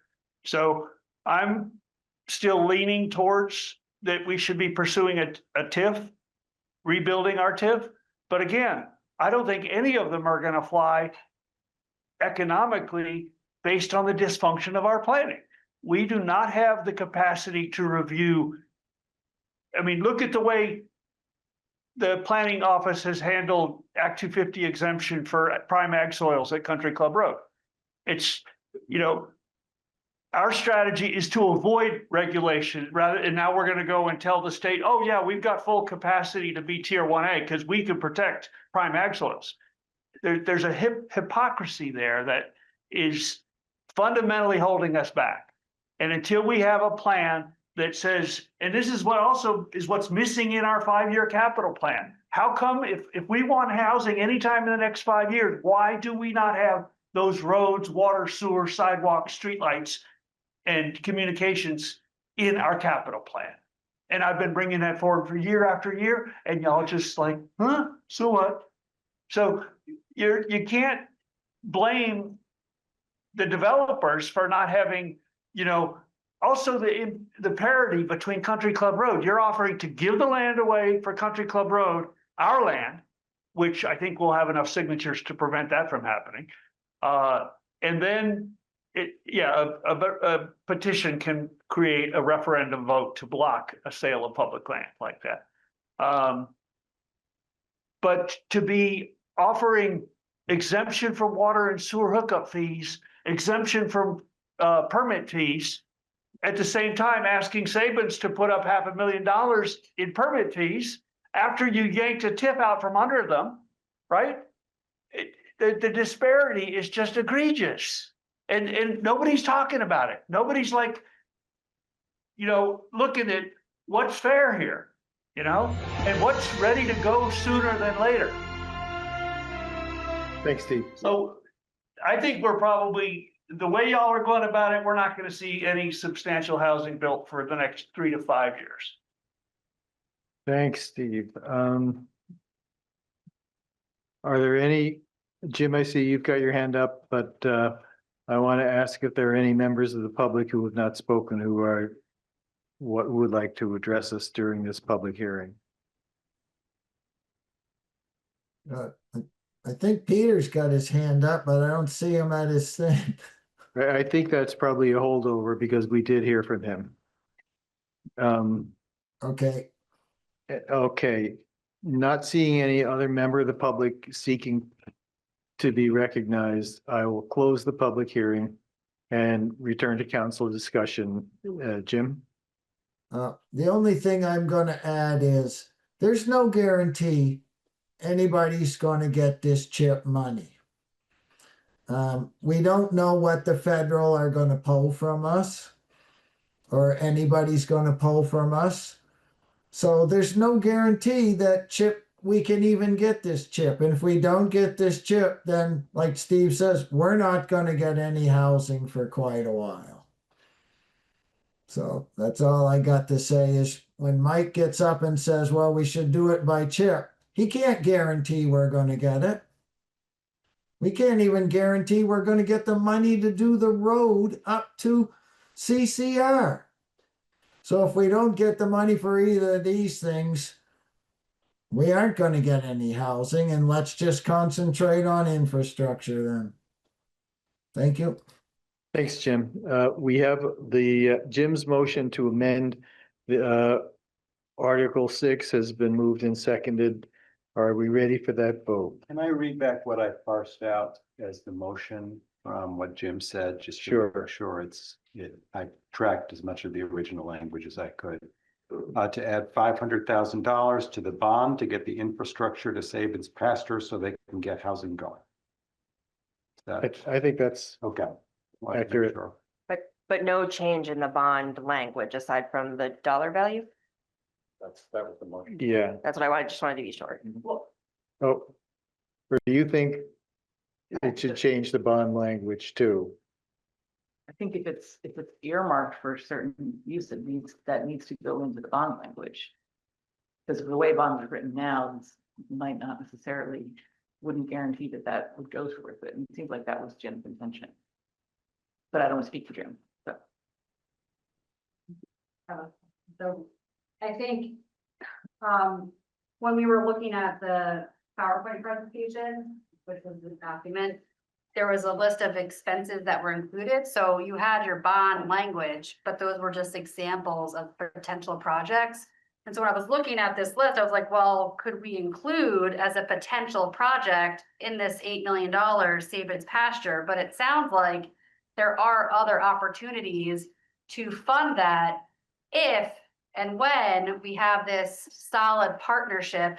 And so I'm sorry that we got totally sidetracked on this bonding discussion, but I just didn't want to miss an opportunity. Yeah. That is all the intent of that was not to miss this window of an $8 million bond to potentially bring in housing to support Sabins Pasture. But it sounds like there are absolutely other opportunities to do that. We just need to work in partnership with those property owners to hopefully to support them through these complicated application processes for funding. And I hope we do that. But right now, I will say that the way it is written for the proposed bonding, I'm fine with, knowing that there are other avenues to support that property and accelerating housing. Yeah, I wanted to caution the specificity within the article because a couple of years ago, we had bonds that went and then we had to take them back because the article's back, which is even more confusing to explain to voters. Why are we amending this article? And they were too specific. They called for a wood pellet boiler and the number of years in the bond term. And like, we just don't do that because this gives us the authority and you can do those things within it, but doesn't bind us and have to take us back to the voters again to unweave or change or broaden language. So you think it's okay to just put the $500,000 in? I would encourage only changing the dollar amount if you were to make this change, but if not, like it's entirely your article and up to you. Sure. I am not in favor of doing that. I just think that's what the original motion was. And I just want to be really clear on what we're voting on. How about this? Just thinking in terms of, I'm reading the language of Article 6. And if you read along with me down to the second to the last line where the word, it goes water and sewer line infrastructure improvements. Adding before the comma or extensions to facilitate housing development at Sabins pasture. That's tricky because we bond separately for like general fund items versus water and sewer. So we don't ever combine I see. those. So we just got to be really cautious here. And I just want to clarify, we would be obligating the city's bonding capacity to a project that we haven't seen a plan for. Well, there are two different questions we're talking about here. One is Carrie's point of what should the motion be to reflect the intention of the mover? And then two is whether it's a good idea to do it at all. Yeah. And so far, this discussion has been, what should the wording of the motion be? John, right? You got that? Hasn't the motion been made already? The clerk read us the motion. Yeah. It's been made. Yeah. We have the motion. That's what it says. Yeah. The question of exactly what the wording will look like on the ballot. I'm assuming that we probably need to change the wording on the ballot. This is part of why I'm going to vote against it. That's So, my understanding. and we have another item on the agenda to set the warning. So if the motion were to pass, we could then use that item to do the collection. Okay, so let's just, Pellin. We receive, and since we can do this with the 8 million, I think we don't need approve another thing. So I will also say no, but we should keep working on this. Okay, I think we should vote. Is anyone not ready to vote at this point? Okay, this will be a roll call. The motion, you all have the motion in mind. Adrian? No, but thank you, Jim, for bringing things up. Ben? No. Carrie? No. Jim? I'll say yes. Helen? No. Sal? All right, the motion fails. We're now back to the original proposal. Shall general obligations bonds or notes in an amount of not to exceed $8 million. Is there a motion to approve that? Is there a second? All those in favor signify by saying aye. Aye. Any opposed? All right, thank you. We've completed the work on item 7, the bond. And with that, Sarah, this is it for you. This is your work for the city. And I just want to say. A warning, one more, Jack. Oh, okay, good, thank you. Here we are. Thank you. Great. Then we're up to number 8, city warning, second public hearing. I open the public hearing. All right, Sarah LaCroix, one last time here. So this is the city warning, the second hearing on that. I'm going to take you through just broadly article by article because there are minimal changes. On Article 1, I believe this is updated to reflect the commissioner for the cemetery at a 1-year term to complete a 5-year term. John, can you? There's some, this one you can speak to better than I can. Sure, we would just need to, apparently there's a lot more stuff going on at the cemetery than I realized. So we would just need to add the phrases, one commissioner for the Green Mountain Cemetery for a term of 1 year to complete a term of 5 years, comma, one commissioner for the Green Mountain Cemetery for a term of 4 years to complete a term of 5 years. And that would come in after the initial one commissioner for the Green Mountain Cemetery for a term of 5 years. And so that's the highlighted language. That's the highlighted language, yeah. I'm gonna. Too many times. Oh, literally. All right, well, we can allow that. Okay, so Article 2 has not changed. That would still be for the voters to appropriate a sum of $13,287,636 to raise in property taxes. Article 3 is the mayor compensation. Article 4 is the council member compensation. Article 5 is the funding for Montpelier Alive's downtown designated improvement district. Article 6 is what we just talked about with no changes, is for the $8 million bond for sewer pump stations, water and sewer line infrastructure improvement. Article 7, the amount on this one changed by $4,025 to be $138,175. That was the number I told you, right, John? Perfect. Yep. Okay, sorry, I took that sheet down. So that's the community fund article with that increase. Then it's the Kellogg Hubbard Library article by petition, as well as the Mosaic article by petitions number 8 and 9. Article 10 is the Central Vermont Home Health and Hospice in the amount of $23,500. This is no change from the prior year, so they did not need to do a petition. Article 11 is related to tax stabilization and was spoken about previously when it was added at the last council meeting. Mike can speak to that if you would like. And then Article 12 was by petition and is related to the Palestinian pledge. And so with that, that gets you through your warning. And it looks like at this point, the only changes from last time are, as John noted, in Article 1, and then the dollar amount of Article 7. Gary. What about typos? They're, misspellings. That extra comma? Yeah. Yeah, they're cleaning that up. I know, but okay, but if we find something in there, like in Article 6, the one we were just talking about the bonds, it says the estimate cost, which should be the estimated cost, right? So I don't know if it's. Yeah, no, we should change that. Okay. Yep, no, we should change that. All right. Yep. Okay, good. Okay, isn't necessary for the warning, but I will put an invitation on the ballot that Article 12 is by petition. Yep. Is there a motion to approve the warning?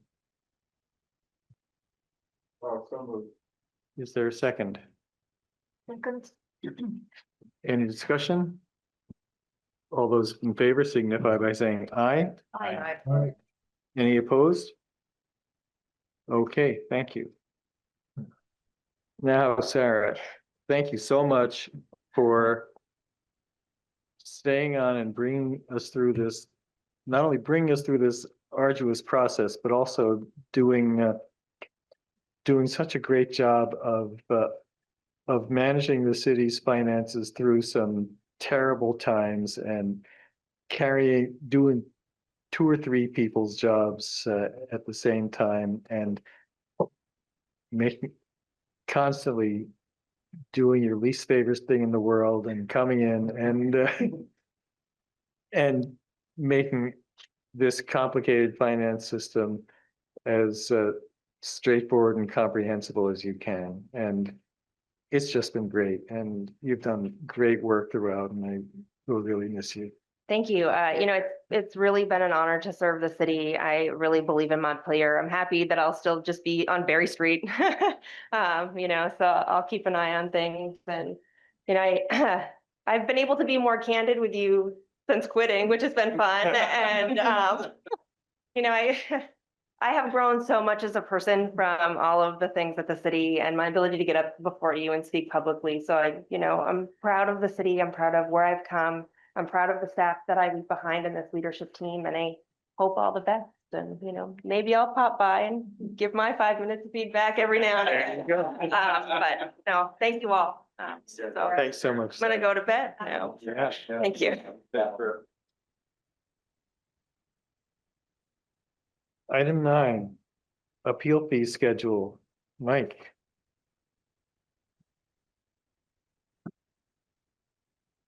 Hi, good evening, Mike Miller, Planning Director. So this is coming back from last week. So just a reminder, we had in October had a conversation about increasing the fees on appeals in order to kind of capture all those costs. Currently, we only capture a couple $100. It probably, and the estimates are in here, takes us about $1,500, $1,600 of staff time and warnings and all those types of costs. So it was felt that because appeals have been such an issue with projects, especially housing projects moving forward, that we brought forward a proposal that would say, let's stop subsidizing those appeals. If people want to appeal, they should cover those full costs. And that would be $1,600. We were directed to go back and do some work. We came back at the last meeting with that, plus some additional changes. And so we, at the end of that meeting, kind of came to a decision that we should kind of split this into two pieces. Let's get the appeals. Plus, there were a number of specifics that we kind of had to add in because we had made some changes to the zoning, like having minor subdivisions, but we didn't have a fee for it. Or there are variances and waivers for river hazards that didn't have a fee, or appeals of zoning administrator, or actually that's the one that was there, but permit recording fees. We always were doing it per permit, but because that's the cost, if we issue a zoning permit and a river hazard permit, we've got to take it to the clerk's office and recording. That's $30 a page. So that's per permit. So we just wanted to make sure we added in the additional language that reflected these other things that we do and make sure those costs, but we did not increase the other costs. The only cost in here that's increased is the appeal of the zoning administrator determination, which is $1,500, because the development review board base fee is $100. That gives you the $1,600. So. And we will come back at some point, hopefully February, maybe March. My staff is working on the request, which was to come up with the fee schedule for consideration. And we'll work with also the housing committee, which was the request that we'll put together a presentation. We'll go meet with the housing committee so they're aware of it prior to coming to council. Thanks, Peter. Thanks, Mike. Folks, council, any questions? I just want to say thanks, Mike, for being really responsive to what we talked about last time. This is exactly what we talked about. I'm happy to make a motion to pass this fee schedule. Okay. Okay. Moved and seconded. Any further discussion? All those in favor signify by saying aye. Aye. Any opposed? And Peter, I'm not recognizing you because this is within the general public comment provisions are new procedures. Next up, we have reappointments to the Complete Streets Committee. And we have,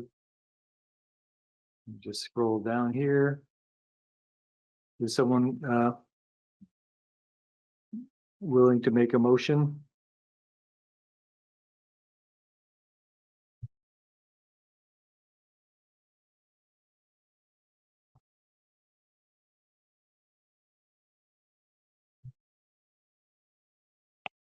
I'll move, we reappoint David Ori and Nancy Schultz to the Complete Streets Committee. All right. I'm sorry. Yes. Do you want to say anything? We've already heard from you, but okay. Thank you. All those in favor signify by saying aye. Aye. Any opposed? Thank you for agreeing to serve. Thank you. Next up, East State Street. Kurt. I assume it's you, Kurt? Yep.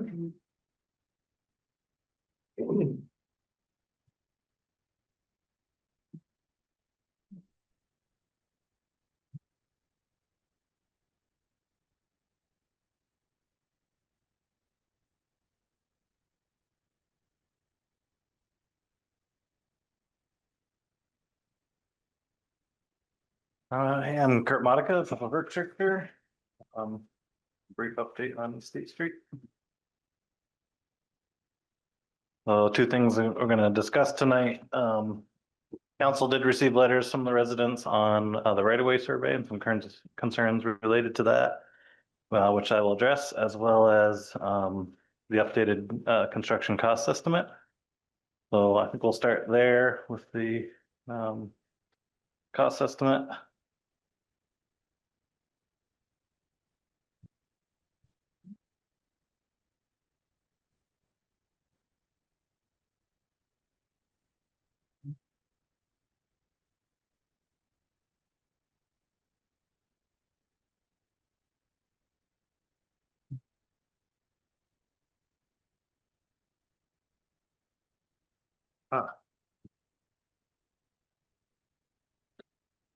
Okay, so the last time we spoke about East State Street, we're at 30% design. Since that time, we've advanced to 60% design. And what council decided is that we would return, look at the total project cost, and then make a decision as to whether or not to include the extension of the sidewalk on the south side of the street between Hubbard and the mid-block crossing. And at the time, the estimated cost for the retaining wall and associated sidewalk was approximately $800,000. Now that we're at 60% design, we've found that cost actually be around $500,000. So the cost has gone down for that component of the project, but unfortunately, all of the other cost components have gone up significantly. So I'll just, there's a very detailed estimate with each item and quantities that. Oh, yep. Yeah, thank Sorry. you. The blue box.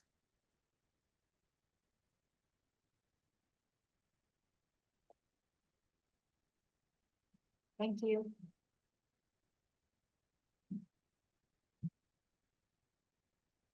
So what we did for the estimate is break it down by enterprise fund. So there's a total water project cost, total sewer cost, storm utility, and then streetscape or general fund items. But to summarize, like I said, the estimated cost for this closing the sidewalk gap is $575,000. That includes the wall and as well as the sidewalk and associated handrails. And with that, the total project cost for both phase 1 and phase 2 of East State Street, so which we've already completed phase 1, would be $8.2 million. Our total available funding, including USDA grant and the approved bond, is $8.325 million. So that leaves a very small contingency at this point at 60%. John.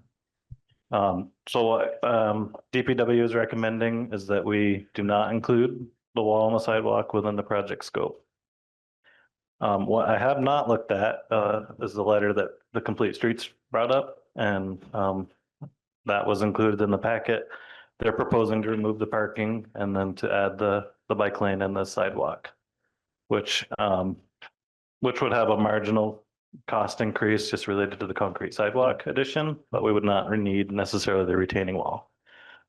My understanding from the last meeting is that council did not want to advance a bike lane, but if that's something you want us to reconsider, now would be the time to make a motion on that.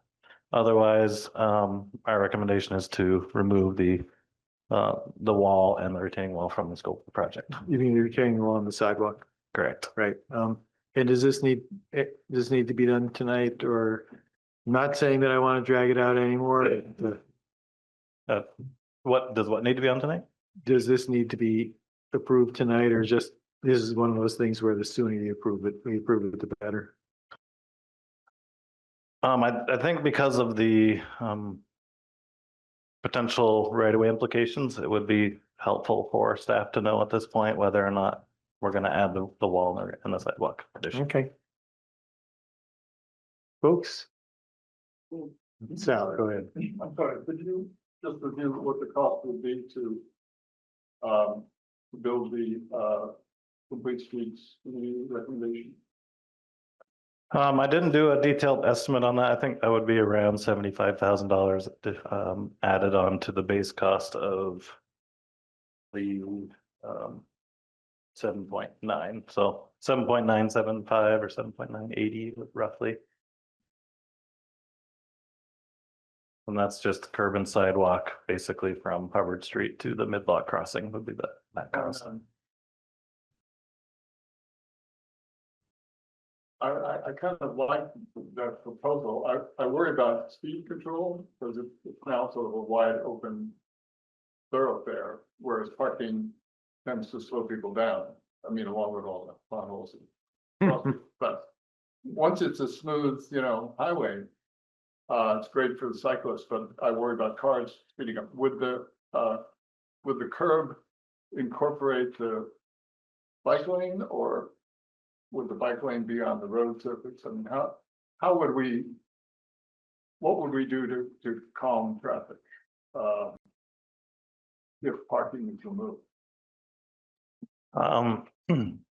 So standard bike lane is, just painted, on the outside edge of the curb line. There are alternatives for traffic calming. You can put, extended bulb outs, they call them, where the crosswalks extend out into the roadway. You can narrow lanes, which we are proposing on this. That helps slow traffic. So the painted lanes are narrower and that tends to provide some traffic calming. We haven't designed this because really, dug into it because at this point it wasn't on the table, but we certainly would as the next phase of design. If that's what council wants to do. Go ahead. So I just want to be clear about this. So how many, I'm pro bike lane. That's my background. Anywhere you can put in a bike lane, that's where you can put in a bike lane. How many parking spots would it eliminate? There's parking almost the entire length of the street on one side. Like, is it all the way up to College? Yep. There are a few, restrictions around the crosswalks, but for the most part, I don't have a count handy, but it would be the length of the street almost. So a lot of parking, but we haven't looked at the implications of that so much at this point. I don't necessarily need maybe a decision from council if we're going to add the bike lane and remove all the parking. But what I do need is a decision on the retaining wall and that sidewalk as a standalone with retaining the parking. Ben? Yeah, I'm really interested in the complete streets proposal alternative and just sorry, but just running out that scenario so we know how much it costs and what it would look like and the implications for parking.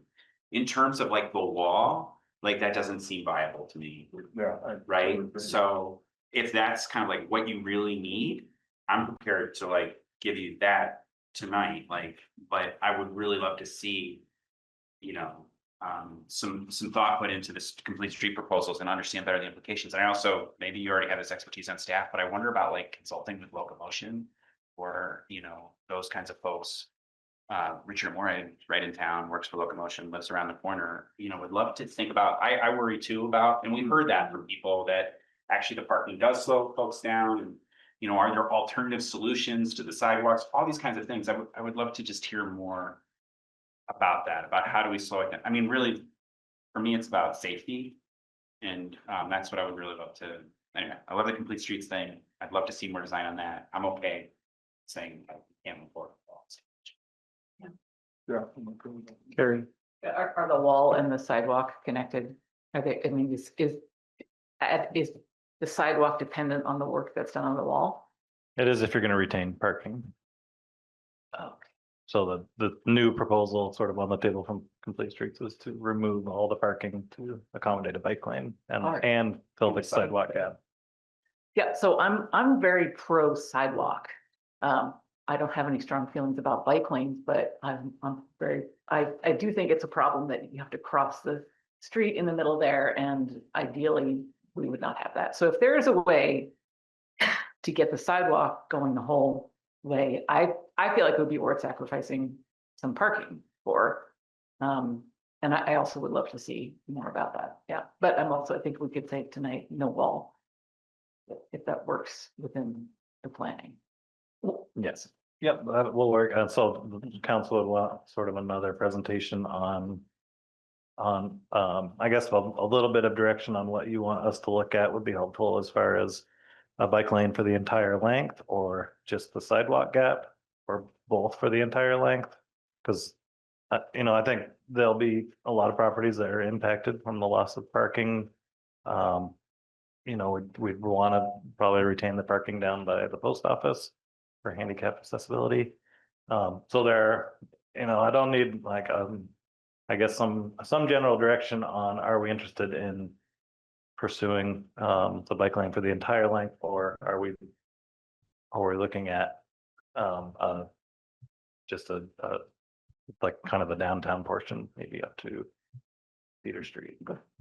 You may not like this answer, but I would actually encourage you to use your professional expertise and perhaps, confer with the police streets to like try and find the compromise, right? Try and find that balance of like, yeah, we want parking down by the post office. Just, I think you know more about it than we do, right? About trying to like strike that balance. I think what we're saying is that like the sidewalk's important, safety's important, a bike lane is important, but like that understanding that those things need to be balanced. And I think we need to kind of see a proposal that frankly, the community can respond, the people in that area can respond to too, right? So that's a long way of saying like, I trust you to come back to us with a proposal. Jim, Yeah, I would like him to talk with the people up higher about the loss of parking, because this may make it hard for them to have people come and, I don't know, they may have a small driveway, and if they have people who stop by sometimes, are they going to be able to park anywhere near? So, I mean, I think that you should talk to the residents at least about what the loss of parking would mean to them. So that should be part of the discussion that I'm fine though with taking out the retaining wall and that stuff. Terry, and then Adrian. Yeah, I'm just remembering that we had spent a lot of time talking about a bike lane.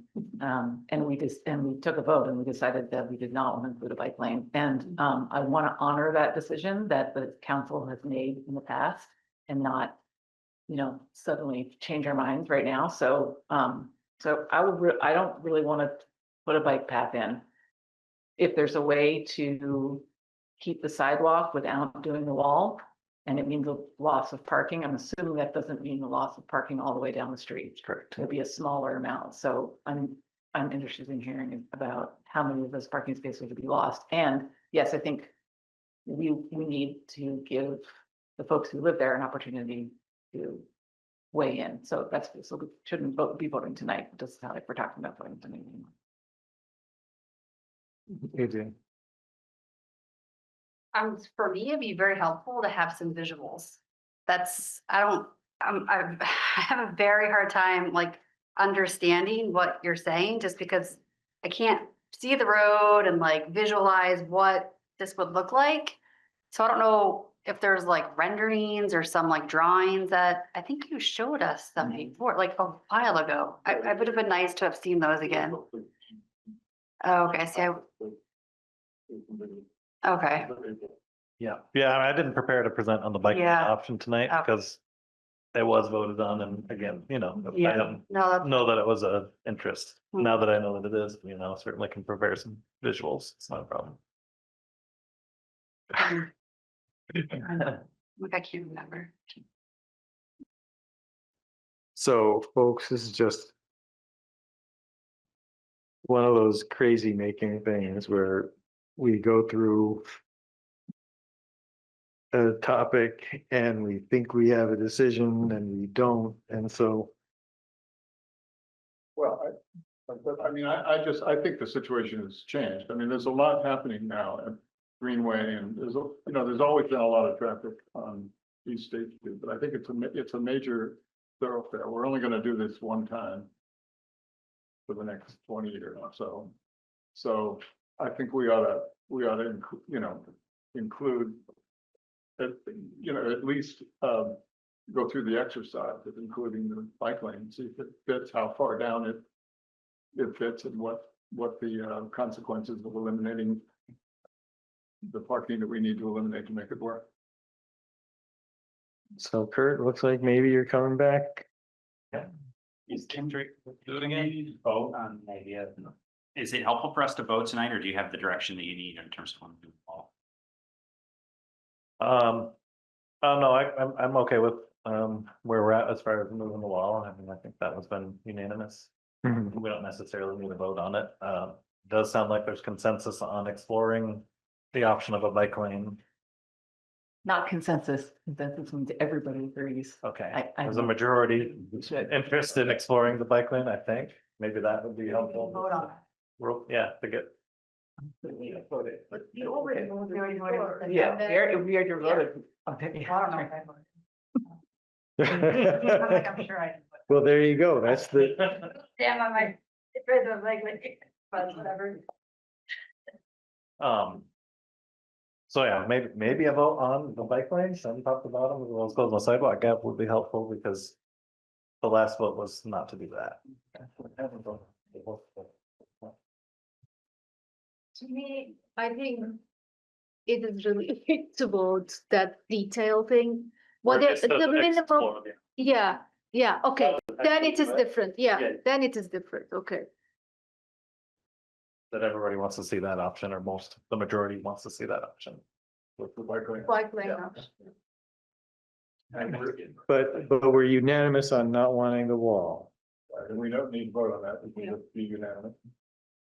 Yeah. I don't see that coming back and going the other way at this point. Well, we really can't afford that option, so. Right. It would be, Yeah, all right.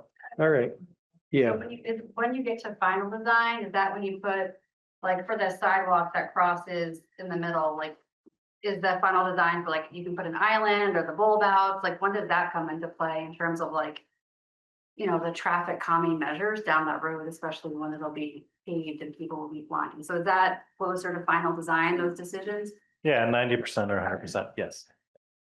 Thanks. and Kurt, could you remind me, a year or two ago, we amended our parking ordinance to give you discretion to eliminate parking spaces for visibility reasons. Was that only at intersections, or would that also enable you to take out parking spaces to increase visibility at crosswalks?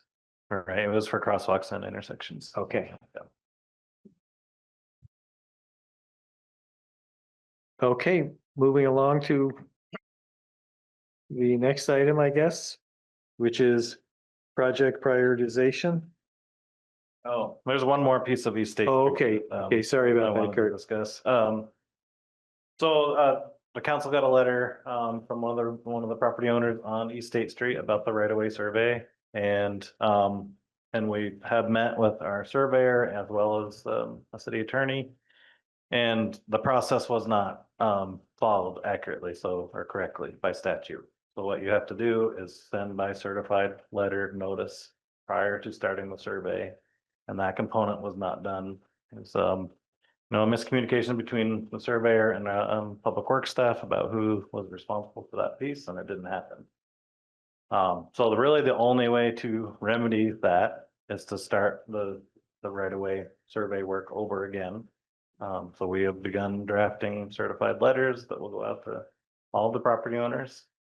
But it doesn't change the work, and honestly, I don't see it changing the outcome of where the right-of-way lands, but it will give the property owners the opportunity to present any evidence they have, or disagreements or concerns they have with the right-of-way survey, and it will follow the process per statute. So we've begun correcting that process, and we will complete it, and we're going to ensure that everything is done in accordance with statute. Great.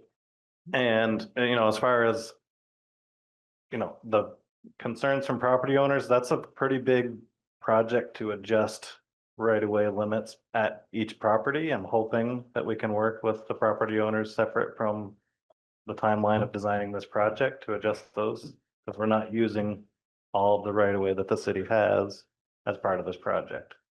But as you'll see in the next presentation, we have a lot of work on our plate in public works, and to take on a full right-of-way adjustment for each property along East State and advance East State to a point where we can get to bidding, hopefully this spring, it's just not feasible. So I don't know what that means as far as,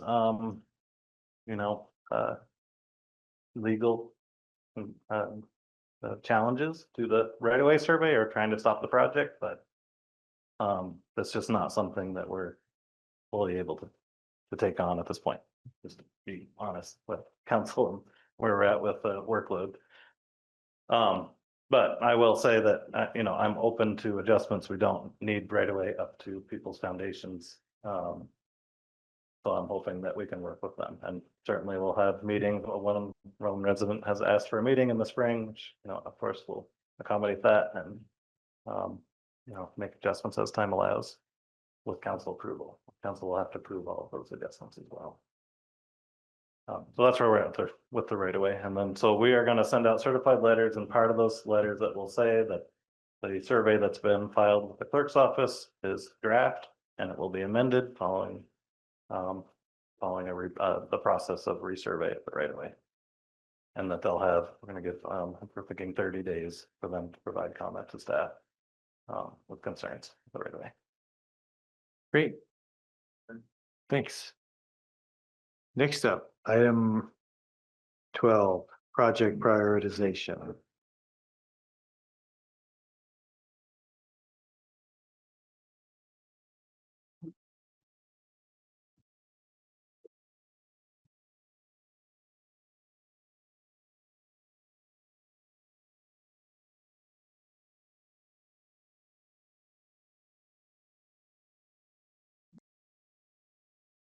Okay, this is a small font, and I'm not gonna spend a lot of time on this item. We've did this list for a couple of reasons. One, to illustrate to the public and to council just how much we have on our plate right now. There's a lot of projects here. And then with Sarah and Kelly both leaving, they were leading up the FEMA projects. So that's now on Public Works primarily, with some support from the manager's office. So I added another, 10 projects that are really time sensitive. So a lot of my time, like 3 or 4 meetings a week now, is FEMA related. And so it's, it's taking away from some of these other initiatives that we have going. And I'm happy to talk about any project specifically, but we did try to rank these in priority by category. So there's the first section is mostly public works projects, mostly utility work. The 2 East State Street and the wastewater plant are the top 2 because those have a timeline associated with USDA funding. You basically have to build these within 5 years or you jeopardize your grant funding and loan funding, which is a much lower interest rate.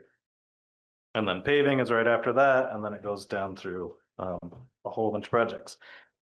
Similar with FEMA, sort of the city hall, and we're really leaning towards getting a consultant on board to help us with the reimbursements, just to get more people on the ship to help us advance these things. And then there's the manager's office coverage. And then at the end of this list is deferred projects, which, I guess is one of the points that we wanted to make is just, there are certain things we're not gonna be able to do at this point until we get staffed up. Still short in engineering and public works. That's really hindering some of these utility projects. So we're putting a lot of those on hold, including the DPW news, which is a great outlet for the public communication, but we just don't have the capacity anymore. So if there's any questions specifically about any projects, happy to answer those. But we also thought this would be a great tool for the new manager coming in, just to understand exactly what's going on within the city, and there's a lot. So happy to answer any questions on this. Kurt, as a generic question, we just got through approving the budget, but in terms of the finding an engineer, is part of the issue that the pay we're able to offer is too low? Yeah, that's why we were not able to retain our last engineer. Yeah, honestly, I did put an ad out to UVM to try to get someone graduating college, but we didn't get a whole lot of applicants, and most of them were, not civil engineering. They're mostly mechanical and electrical. Not a good fit. So but to be honest, I haven't had a lot of time to spend on the recruiting process, and neither has HR. covering of roles within the city. I tried to recruit my niece to move up here, but it's a lot warmer in Virginia than it is here. Folks, any other questions? I guess I just say I had a similar question, but I just want to like, is there anything we can do to help increase the capacity to bring that staff on board? So this is something I've raised with the manager's office before about the salary scales for engineering. It's just it's a very competitive market right now. You know, I do think we need to look at a pay scale adjustment for engineers, and the problem is that bumps up against department head levels. And so there's sort of this cascading effect of how do you pay an entry level engineer more than someone that's running a department? And I can't get, can't get engineers for $75,000 or $80,000 anymore. So it's a real challenge. And if you hire it out, you're paying $200 an hour, $400,000 a year for consultant work. So it's a tough situation to be in, and the only solution I can think of is to get the salary scales within the personnel plan separate from all the union contracts. And maybe that's something we can look at when the new manager's there and put a proposal in potentially for next budget. I'll keep trying to hire engineers, and we'll offer them as much as I can within our budget. And we do have a lot of vacancies in public works, so maybe I can get it up a little bit to make it more competitive with the private sector. But that's an area we've been struggling in. Thanks, Kurt. All right. Item 13, we're not doing consent agenda. Chair would entertain a motion to approve the consent agenda. Is there a second? Any discussion? All those in favor signify by saying aye. Aye. Opposed? Okay. Yes.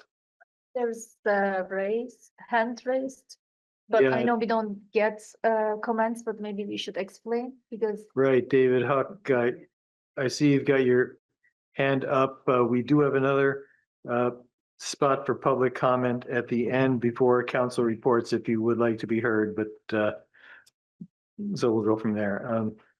Other business, I asked Chief Nordenson to provide us with a report on the relationship with the police, our police and the Northfield Police. And I'll start it off by saying that the chief had consulted with me about his plan to do this, and he had sent an email to me and the acting city manager and assistant city manager. I don't remember off the top of my head who else got that, and I did not send that to the council, which I can see that it would have been useful to do that, but my reaction from talking to the chief was that it's just within his capacity as chief to manage the resource. But maybe you could just tell us what it's all about. Sure, yeah, thanks, Mr. Mayor. Eric Nordenson from the police department.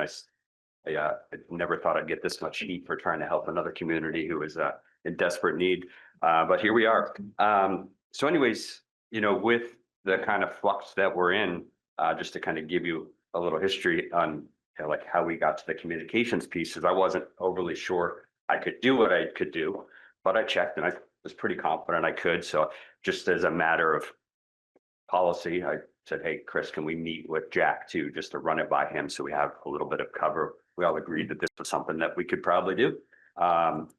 And we did all that. The part for me that like kind of bothers me how we got here is I actually sent an email on the 14th, which was last council meeting before the city council meeting. And when we sat in executive session, I literally thought you guys knew. And I didn't know you didn't know until last night when I talked to Sal. And I was like, "Look, this is not good. Communication is the key to everything that we do." And we dropped the ball on that. So I apologize.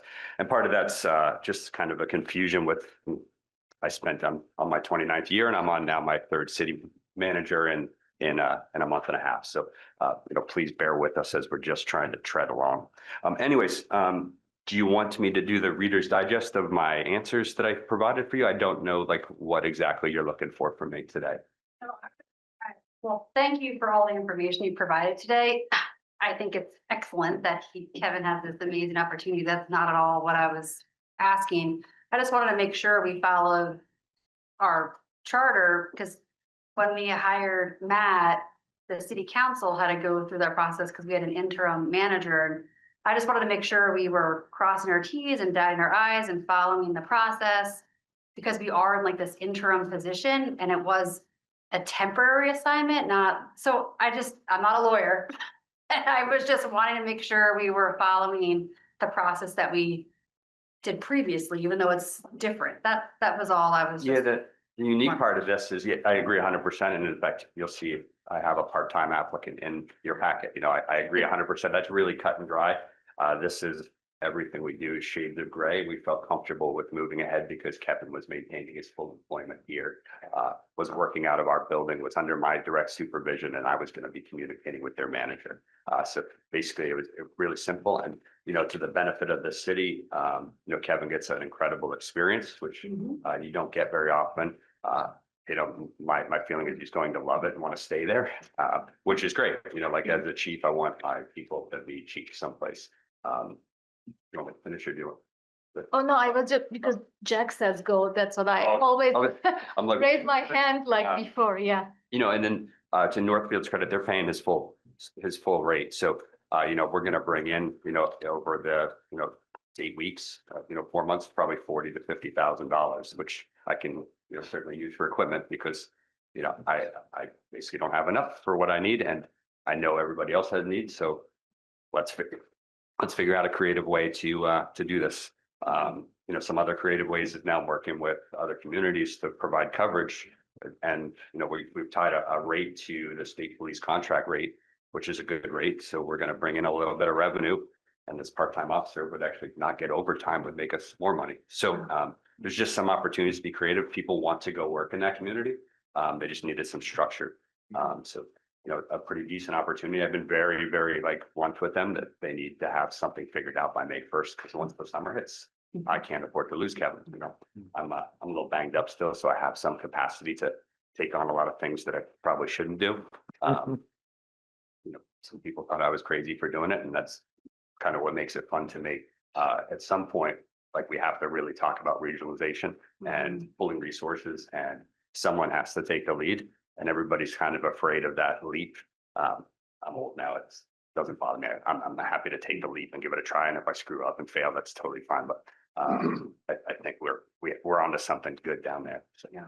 As I understand it, part of your thinking really is that towns and police departments help support each other, and this is a benefit to give them some backup at a time they really need it. Sure. Yeah, 100%. And then, the conversation needs to be had, does Northfield need a police chief? Or could they, piggyback with us in Berlin? But, can we do these things, right? These conversations have to happen, right? Something I learned, Berlin's building a DPW garage, right? They need to build a new DPW garage. The state is building a new DPW garage a half a mile down the road. And then Berry City is building a new DPW garage on Morrison Road, all within 6 miles. Why don't we talk to each other and try and build it? And nothing I can control, but these are the conversations you learn the things you learn during these conversations. So not just the IT at the school, the amount of eye-opening things I've learned just by talking to people has been kind of fun. Pelin? Yeah, I am okay with the details and the intention and the goal of this. But at the same time, even we receive press releases, right?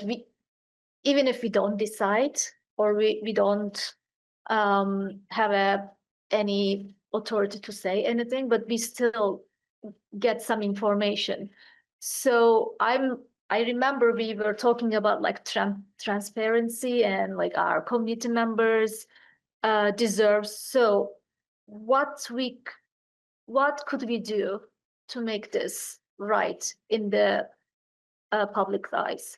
So this is the communication piece. Okay. I followed the process that I Mhm. follow with the city manager every step of the way. Okay. As soon as I did, I was asked to write a memo, and I included a copy of the contract for you all to look at. I sent it to the mayor and I sent it to Chris. Ordinarily, that gets forwarded. My assumption is that gets forwarded. And this goes into my kind of memo to you today. That the beauty of my position is that I answer to a city manager. Like a police chief wants to have a buffer, and that's the beauty of like working here. I don't necessarily like, I listen, I take guidance and everything, but I have a buffer, which is amazing for me. And it seems to have taken a little turn, which is fine, like we can adapt, but I still followed the process that I'm supposed to follow. And it just lost there. And that's the part I really apologize for. And I'm trying to like internally, do I send the message to all of you now? Like, I don't know. No. It's like, we're like, no, Yeah. it's not the, yeah, it's not the thing. Carrie. Yeah, no, that, That was my feeling, but I Yeah, just no, clarity is good.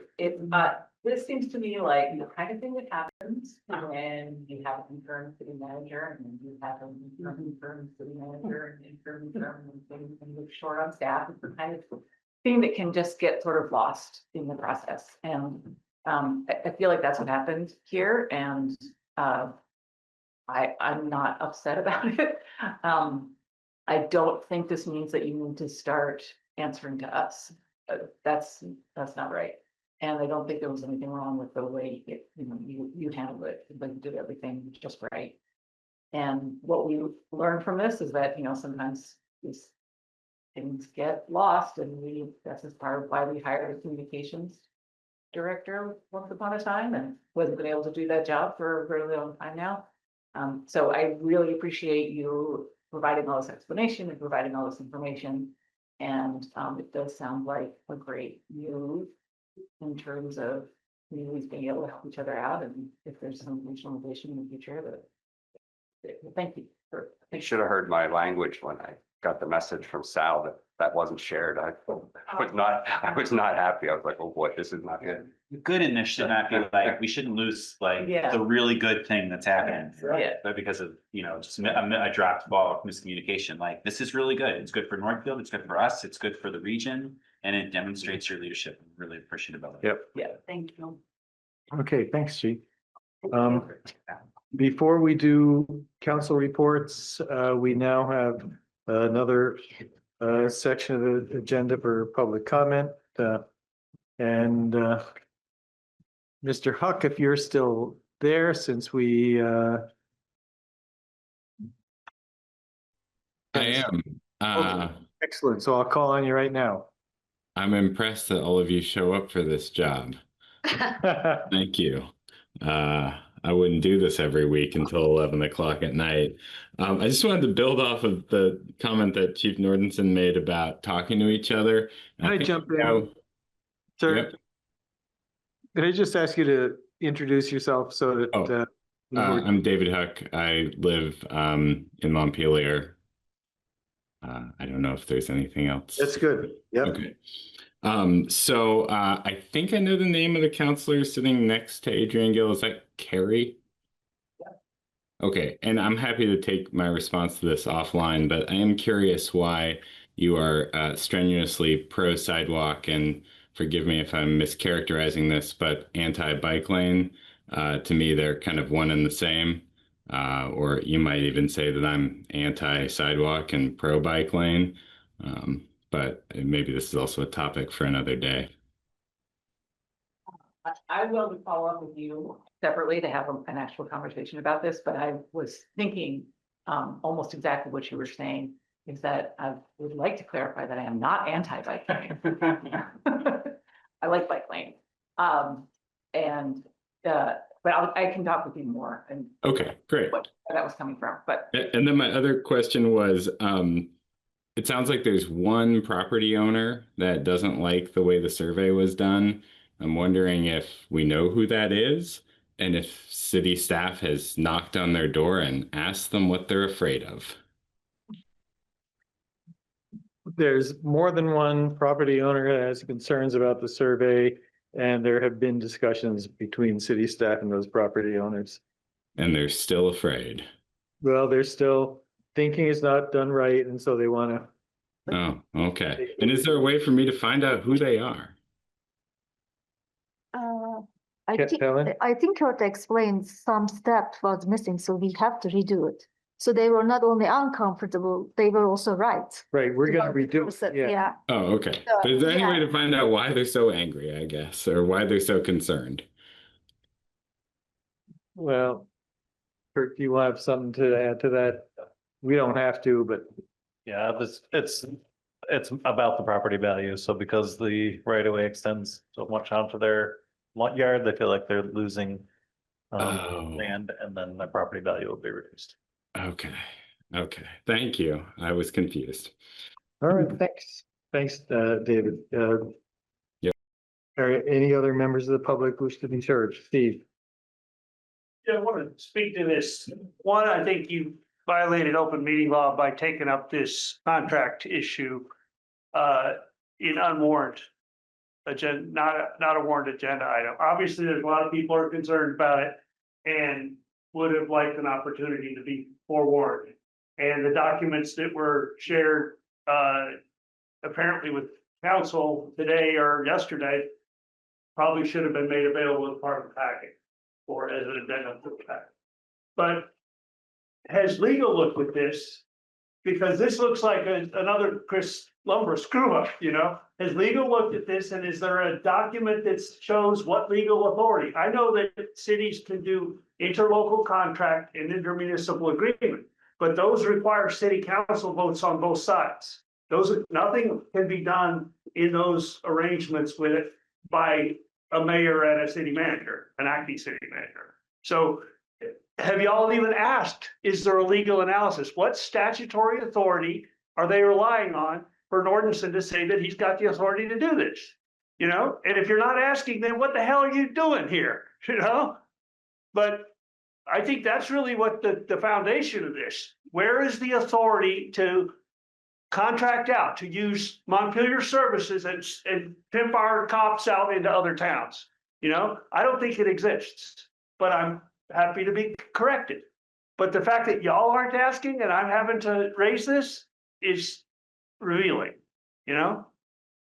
Do you have an answer where the authority is? Because it's not in the mutual aid agreement.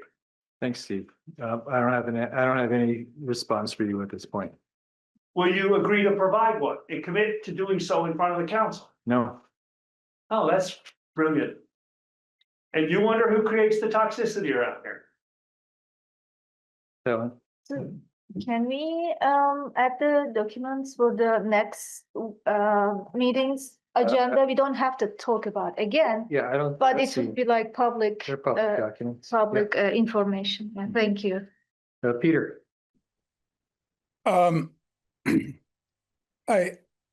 First, let me just say that I don't think anybody blames the chief. He did what he was supposed to do. The ball was dropped elsewhere. And in some ways, I don't blame the acting city manager or the acting assistant city manager, because they're acting. They're not trained in this. They don't have experience. But I think you guys need to think very clearly about what to do in moments of transition. And I will repeat what I've said before. We should have brought in an experienced city manager, retired city manager, way back in July.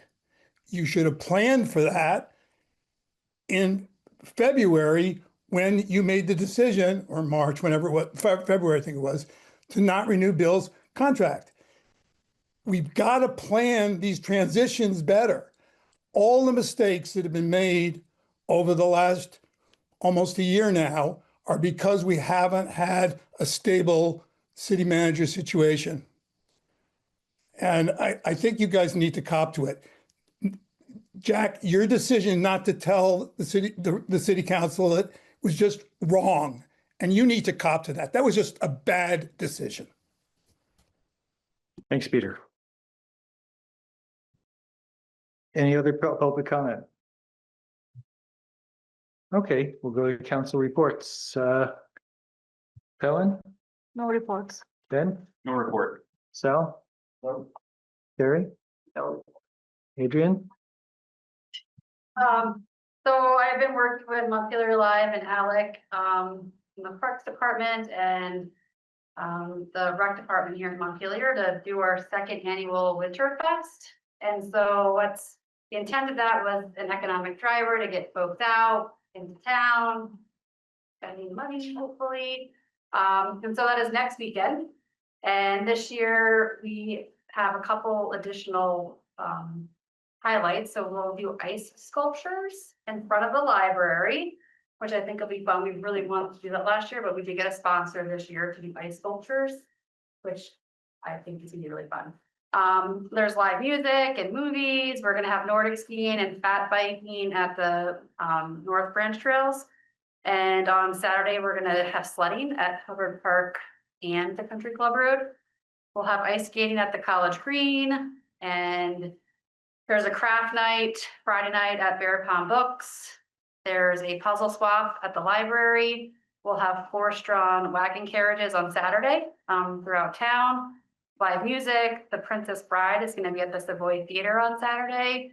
We'll have animal tracking walk at the new shelter at Hubbard Park. And Saturday we'll have the snowshoe romp, which is sponsored by Onion River Outdoors. So you can sign up for that. It's at Country Club Road from 5 to 8. So you wear your headlights and it's all lit up. It's really pretty. And then Sunday, our annual event, Ice on Fire, which is always hosted by the Parks Department. So that will be, it's hosted by All Together, and the Parks Department supports that. So that'll be Sunday from 2 to 5 at the Country Club Road.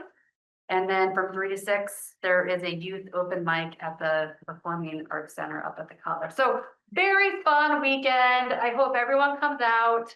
If only there were more events. That's pretty good for Montpelier Winterfest. It's Second annual. It's gonna be amazing. So I think it's gonna be a fun weekend in Montpelier. I hope it's not -30, but it's the weekend after, not this one when it's gonna be -30. It's the following weekend when it's gonna be a bomb, like 20 and beautiful. I have enough 2 more. That's anyway. Thanks, Adrian. This is really awesome. It's great. Jim, do you have a report? You're muted. Jim, I see you're talking, but you're still muted.